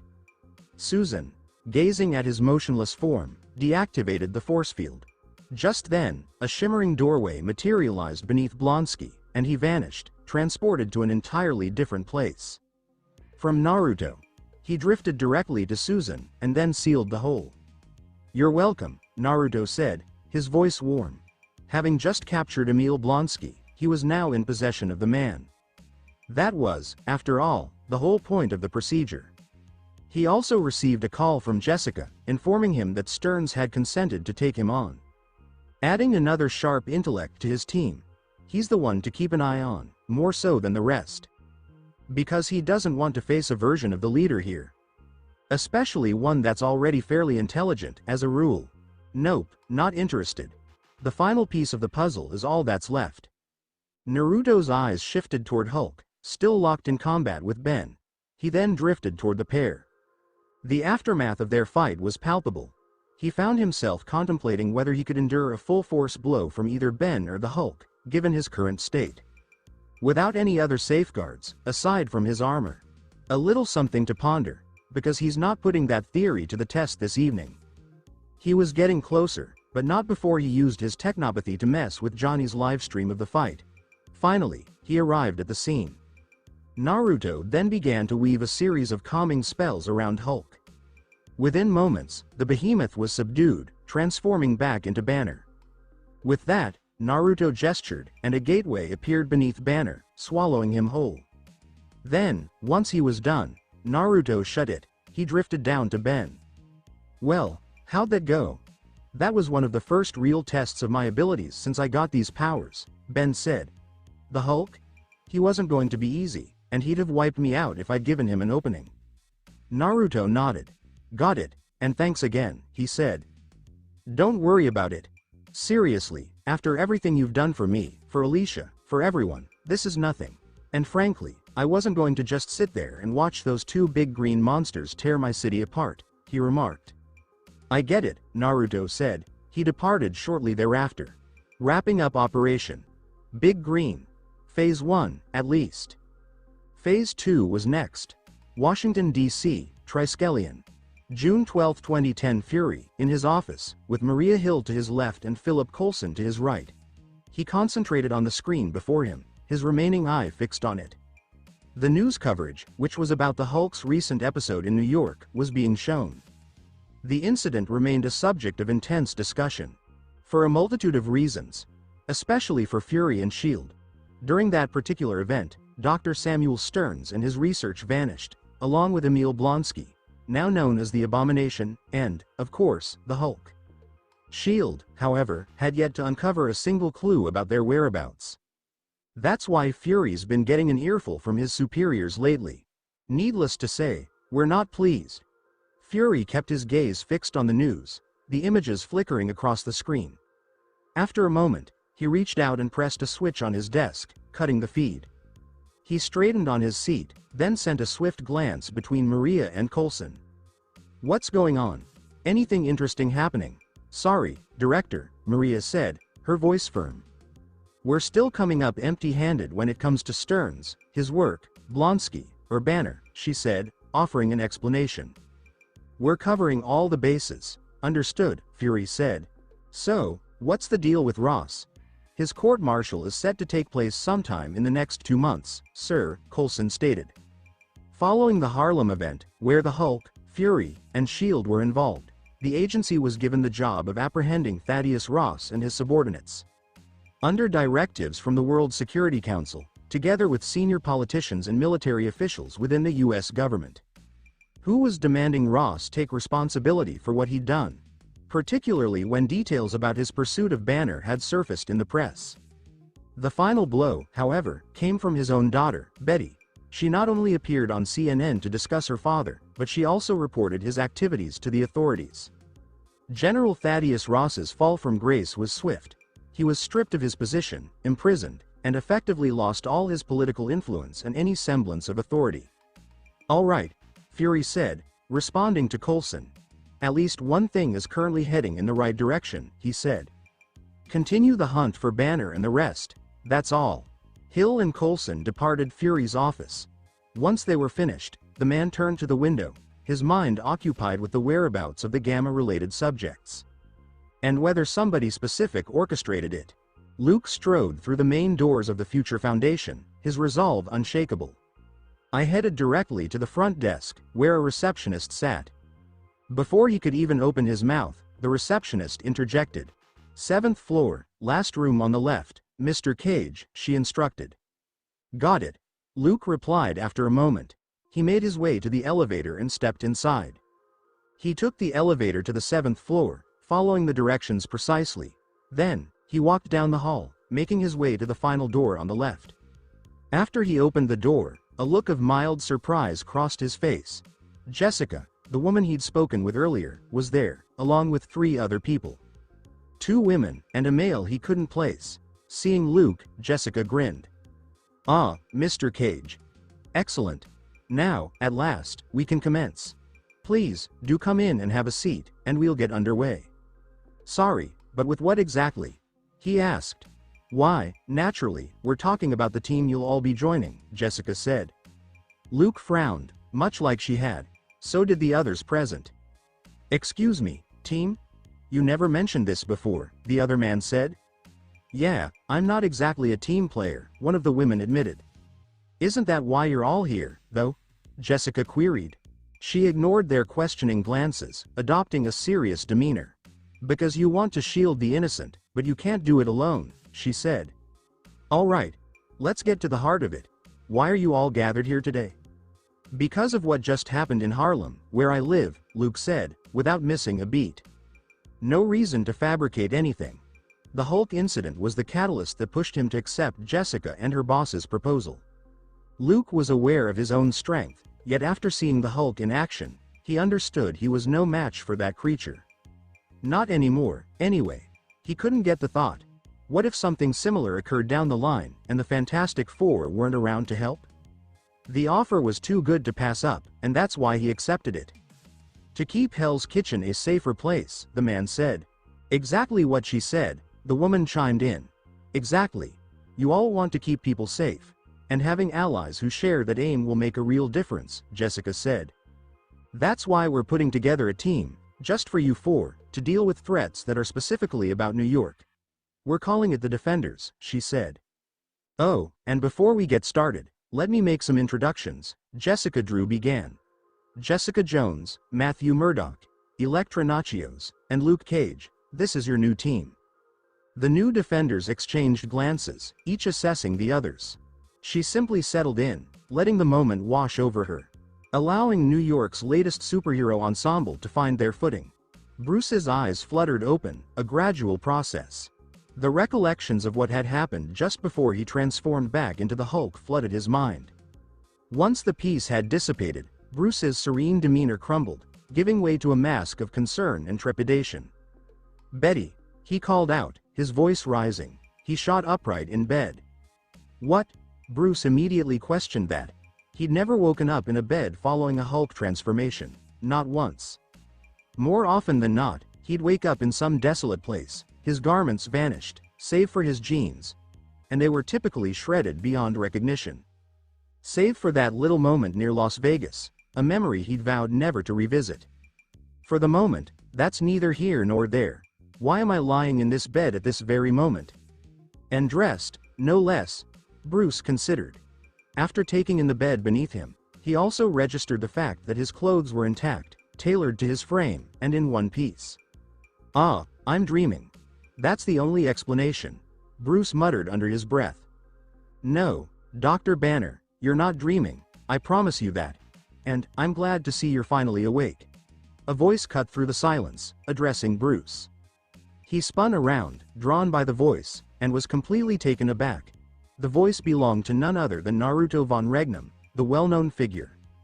The solitary occupant at the room's lone table, which Bruce now saw resembled a suite in a high-end hotel, was eating from a plate.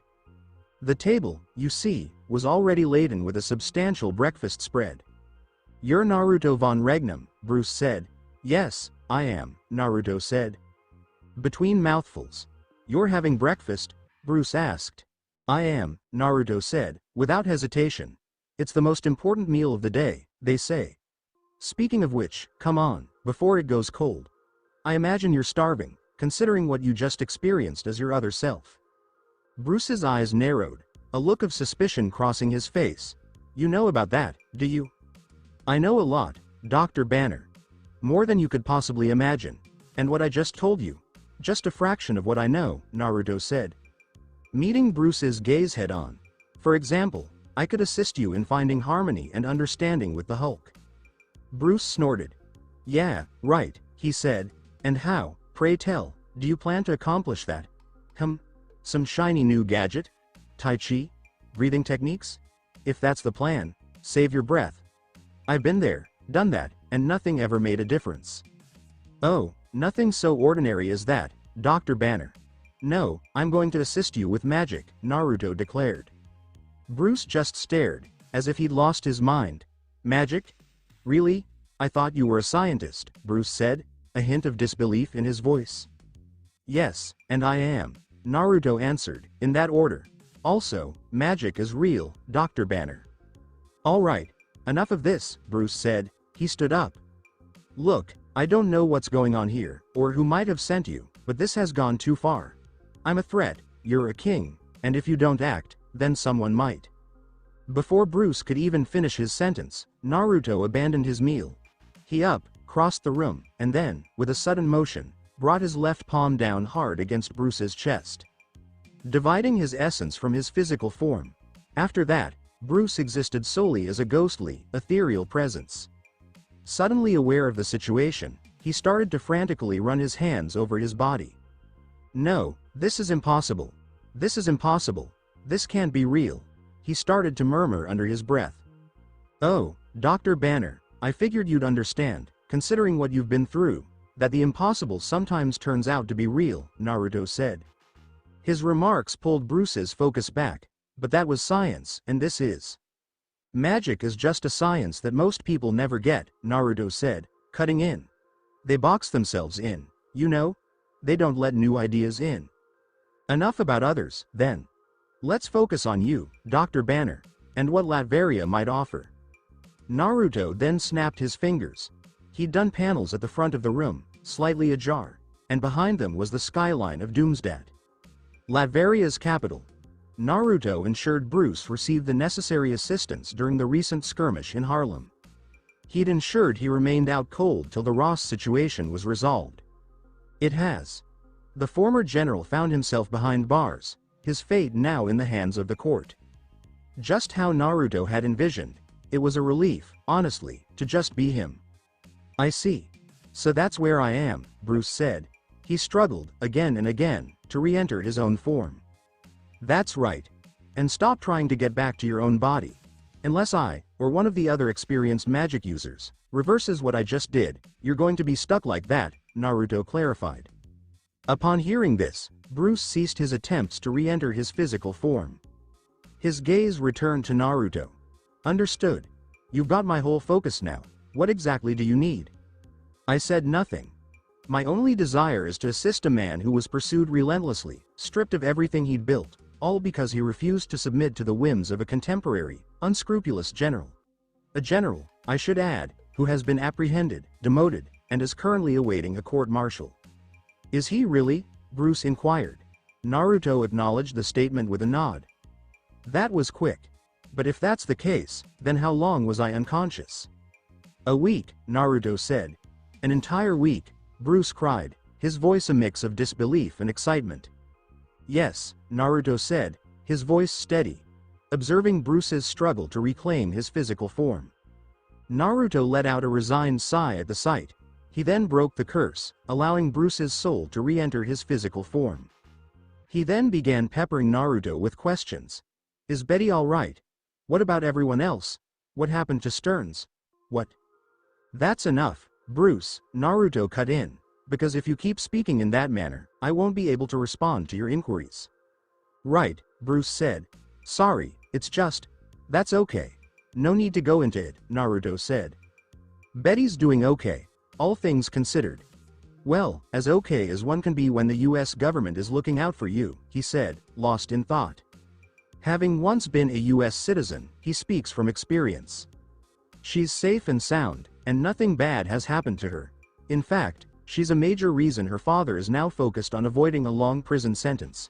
He was convicted, thanks to her testimony. She did, Bruce said, lost in thought. I just can't. I know, Naruto said, his voice heavy with understanding. It's a damn shame when a parent can drive their kid to the point where they'd rather be locked up than stay at home. He dabbed at a non-existent tear. Regarding the people of Harlem, thankfully, no one was hurt at all. My wife, my brother-in-law, Ben, and I saw to that. As for Stearns, he's here in Latveria, just like you, and Blonsky, too. Huh? What's going on? Bruce asked. So, Blonsky is around? He is, Naruto replied. No need to stress about it. Check this out. He said something. Naruto snapped his fingers then. A moment later, a holographic screen popped up right in the middle of the room. Bruce, take a look at the screen, he said. When Naruto did that, Bruce turned to take a look. He's just there, looking at Blonsky, who's all comfy in his clothes, chatting away with the therapist. Wait, is Blonsky actually in therapy right now? Bruce asked, is he? Yep, he is. Naruto responded. Well, the super soldier serum you made, which the former General Ross had him use, caused a chemical imbalance all over his body. He's letting his decision-making and emotional control slip. My scientists have confirmed it. Then he mixed in your blood, and that pushed him over the edge. So, after my people and I took him down, captured him, and brought him here, we started working with him to help him get back to normal. Well, he's as normal as he can be, considering he can turn into a giant gamma creature now. Naruto explained. Hold on, are you saying the changes to Blonsky's physiology are permanent? He can easily switch between his two forms and keep his full mental clarity. Wow, that was quick. Just as Bruce was about to keep going, Naruto snapped his fingers right in front of him. Dr. Banner. I'd love to chat about the science behind your and Mr. Blonsky's gamma transformations, but let's keep our focus for now and save that for another time.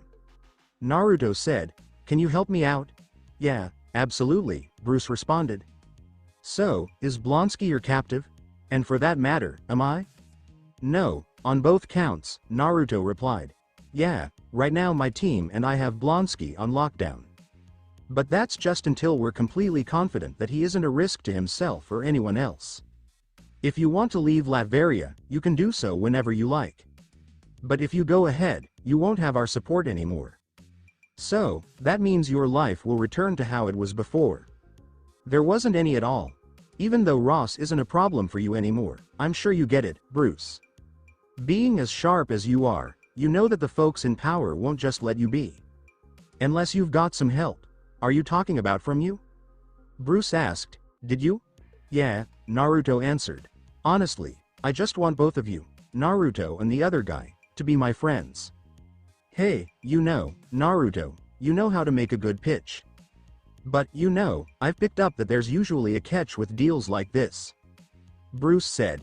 He put a serious look on his face. In response, Naruto mirrored the action. I promise you, that's not the case here, Naruto said. I get that it might take a little while for you to trust what I'm saying. Alright, I'll be on my way for now, he said something. Oh, and this room is yours for as long as you want to stay in Latveria. If you need anything, just let me or one of my aides know, and we'll get it to you. Alright, Dr. Banner, hope you have a great rest of your day. He said something. Naruto snapped his fingers and a portal appeared. He then stepped through and shut it behind him. Once again, Bruce was left astounded. Along with a lot of thought. Latverian Navy Base, Atlantic Ocean, June 13, 2010. With a proud smile on her face, Katma Tui stood in her upgraded Primarch armor on the beach of what used to be Atuma's Island, now Latveria's very first naval base, gazing out at the ocean waves. So, tomorrow is the day. After all those years of planning and getting ready, she, Atuma, and their voices are finally going to make their move. to bring things under the control of their lord Naruto. Tomorrow is going to be a glorious day, for sure. After watching the ocean waves for a bit longer, Katma finally turned away and made her way back inside the base. She walked into the base's main headquarters and headed over to a conference room. That's where Atuma, along with his top lieutenants and her own crew, were hanging out. Everyone, Katma mentioned, getting a nod from everyone in the room. Even Atuma himself, you know, over the past couple of years, he and Katma Tui have built a mutual respect for one another while working together. It's a long way from how they first met on the island. After Katma said her hellos, she strolled over to the table in the center of the room. While everyone else, except for Atuma who was hanging out by the table like Katma, settled into their seats in the conference room. After that, everyone turned their attention to Katma and Atuma. As soon as Katma touched the table, a holographic display popped up in the air above it just a moment later. The display of Atlantis is here. Okay everyone, let's get straight to the point. Alright, everyone, we all know why we're gathered here. It's time to conquer the seas and bring them under Lord Naruto's control. Tomorrow, we'll take our first steps on that journey by setting our sights on the jewel of the sea, Atlantis, Katma said. Alright everyone, you know what you need to do and the backup plans we've set up. So, you get what needs to happen, right? So, the reason I wanted to have this meeting today is to remind you of that. Failure just isn't an option for us. We have to focus on our top priority, even if it means leaving Atlantis behind. As Katma touched the table again, holographic images sprang to life. So, here's the deal. We're talking about getting rid of Namor, the current ruler of Atlantis, along with his family and his most loyal followers, Katma said. Her eyes were like black holes as she gazed at the holographic display of Namor and his closest allies. If they survive, it won't matter if we capture Atlantis. Primarch Tui speaks the absolute truth, Atuma said. I've gone up against Namor a bunch of times in my journey to rule the seas, and I can tell you that, sure, the Atlantean hybrid has his flaws, but he's a tough guy. The folks in Atlantis, and most Atlanteans, respect him. That's why no one can conquer the seas as long as he's around. Got it? Katma replied, absolutely, Primarch Tui. The military officers in the room all responded together. Great. I'm happy you all get it. Alright, that wraps up our meeting. Thanks, everyone. Alright everyone, make sure you get some good rest tonight. Tomorrow, we're going to make those seas turn red with the blood of anyone who stands in our way. For the Emperor. For the Emperor, the whole room echoed back, making Katma Tui smile big. Atlantis, June 14, 2010. As the sound of explosions echoed through the water, Namor, the king of Atlantis, swam quickly through the royal palace, making his way to the throne room. He burst through the doors, spotting his top military and political advisors, along with his wife Dorma and son Kamar, all waiting for him. As soon as the king of Atlantis glided into the room, everyone's gaze shifted to him. Report, Namor said, his voice steady, but in a firm tone that left no room for disagreement. Sire, we are under attack. One of his generals said to him. I know that, you idiot. Can you share some details with me? Namor shouted back in reply. Absolutely, my king. Another general chimed in. He then brought up a holographic screen because Atlantis had some pretty advanced tech. As soon as the screen was raised, everyone in the throne room shifted their attention to it. When they arrived, they noticed the Atlantean army fighting against Atuma and his warriors, who had some impressive underwater vessels backing them up. What were the first undersea attack vessels created for the Latverian Navy? When I saw Atuma, I couldn't help but scowl at Namor. Atuma, he fumed. Can you believe he has the nerve to come after us again? What a low-born mongrel, he's going to regret this day. Because it's going to be his last one too. I get where you're coming from, and I can see why you're feeling frustrated and angry.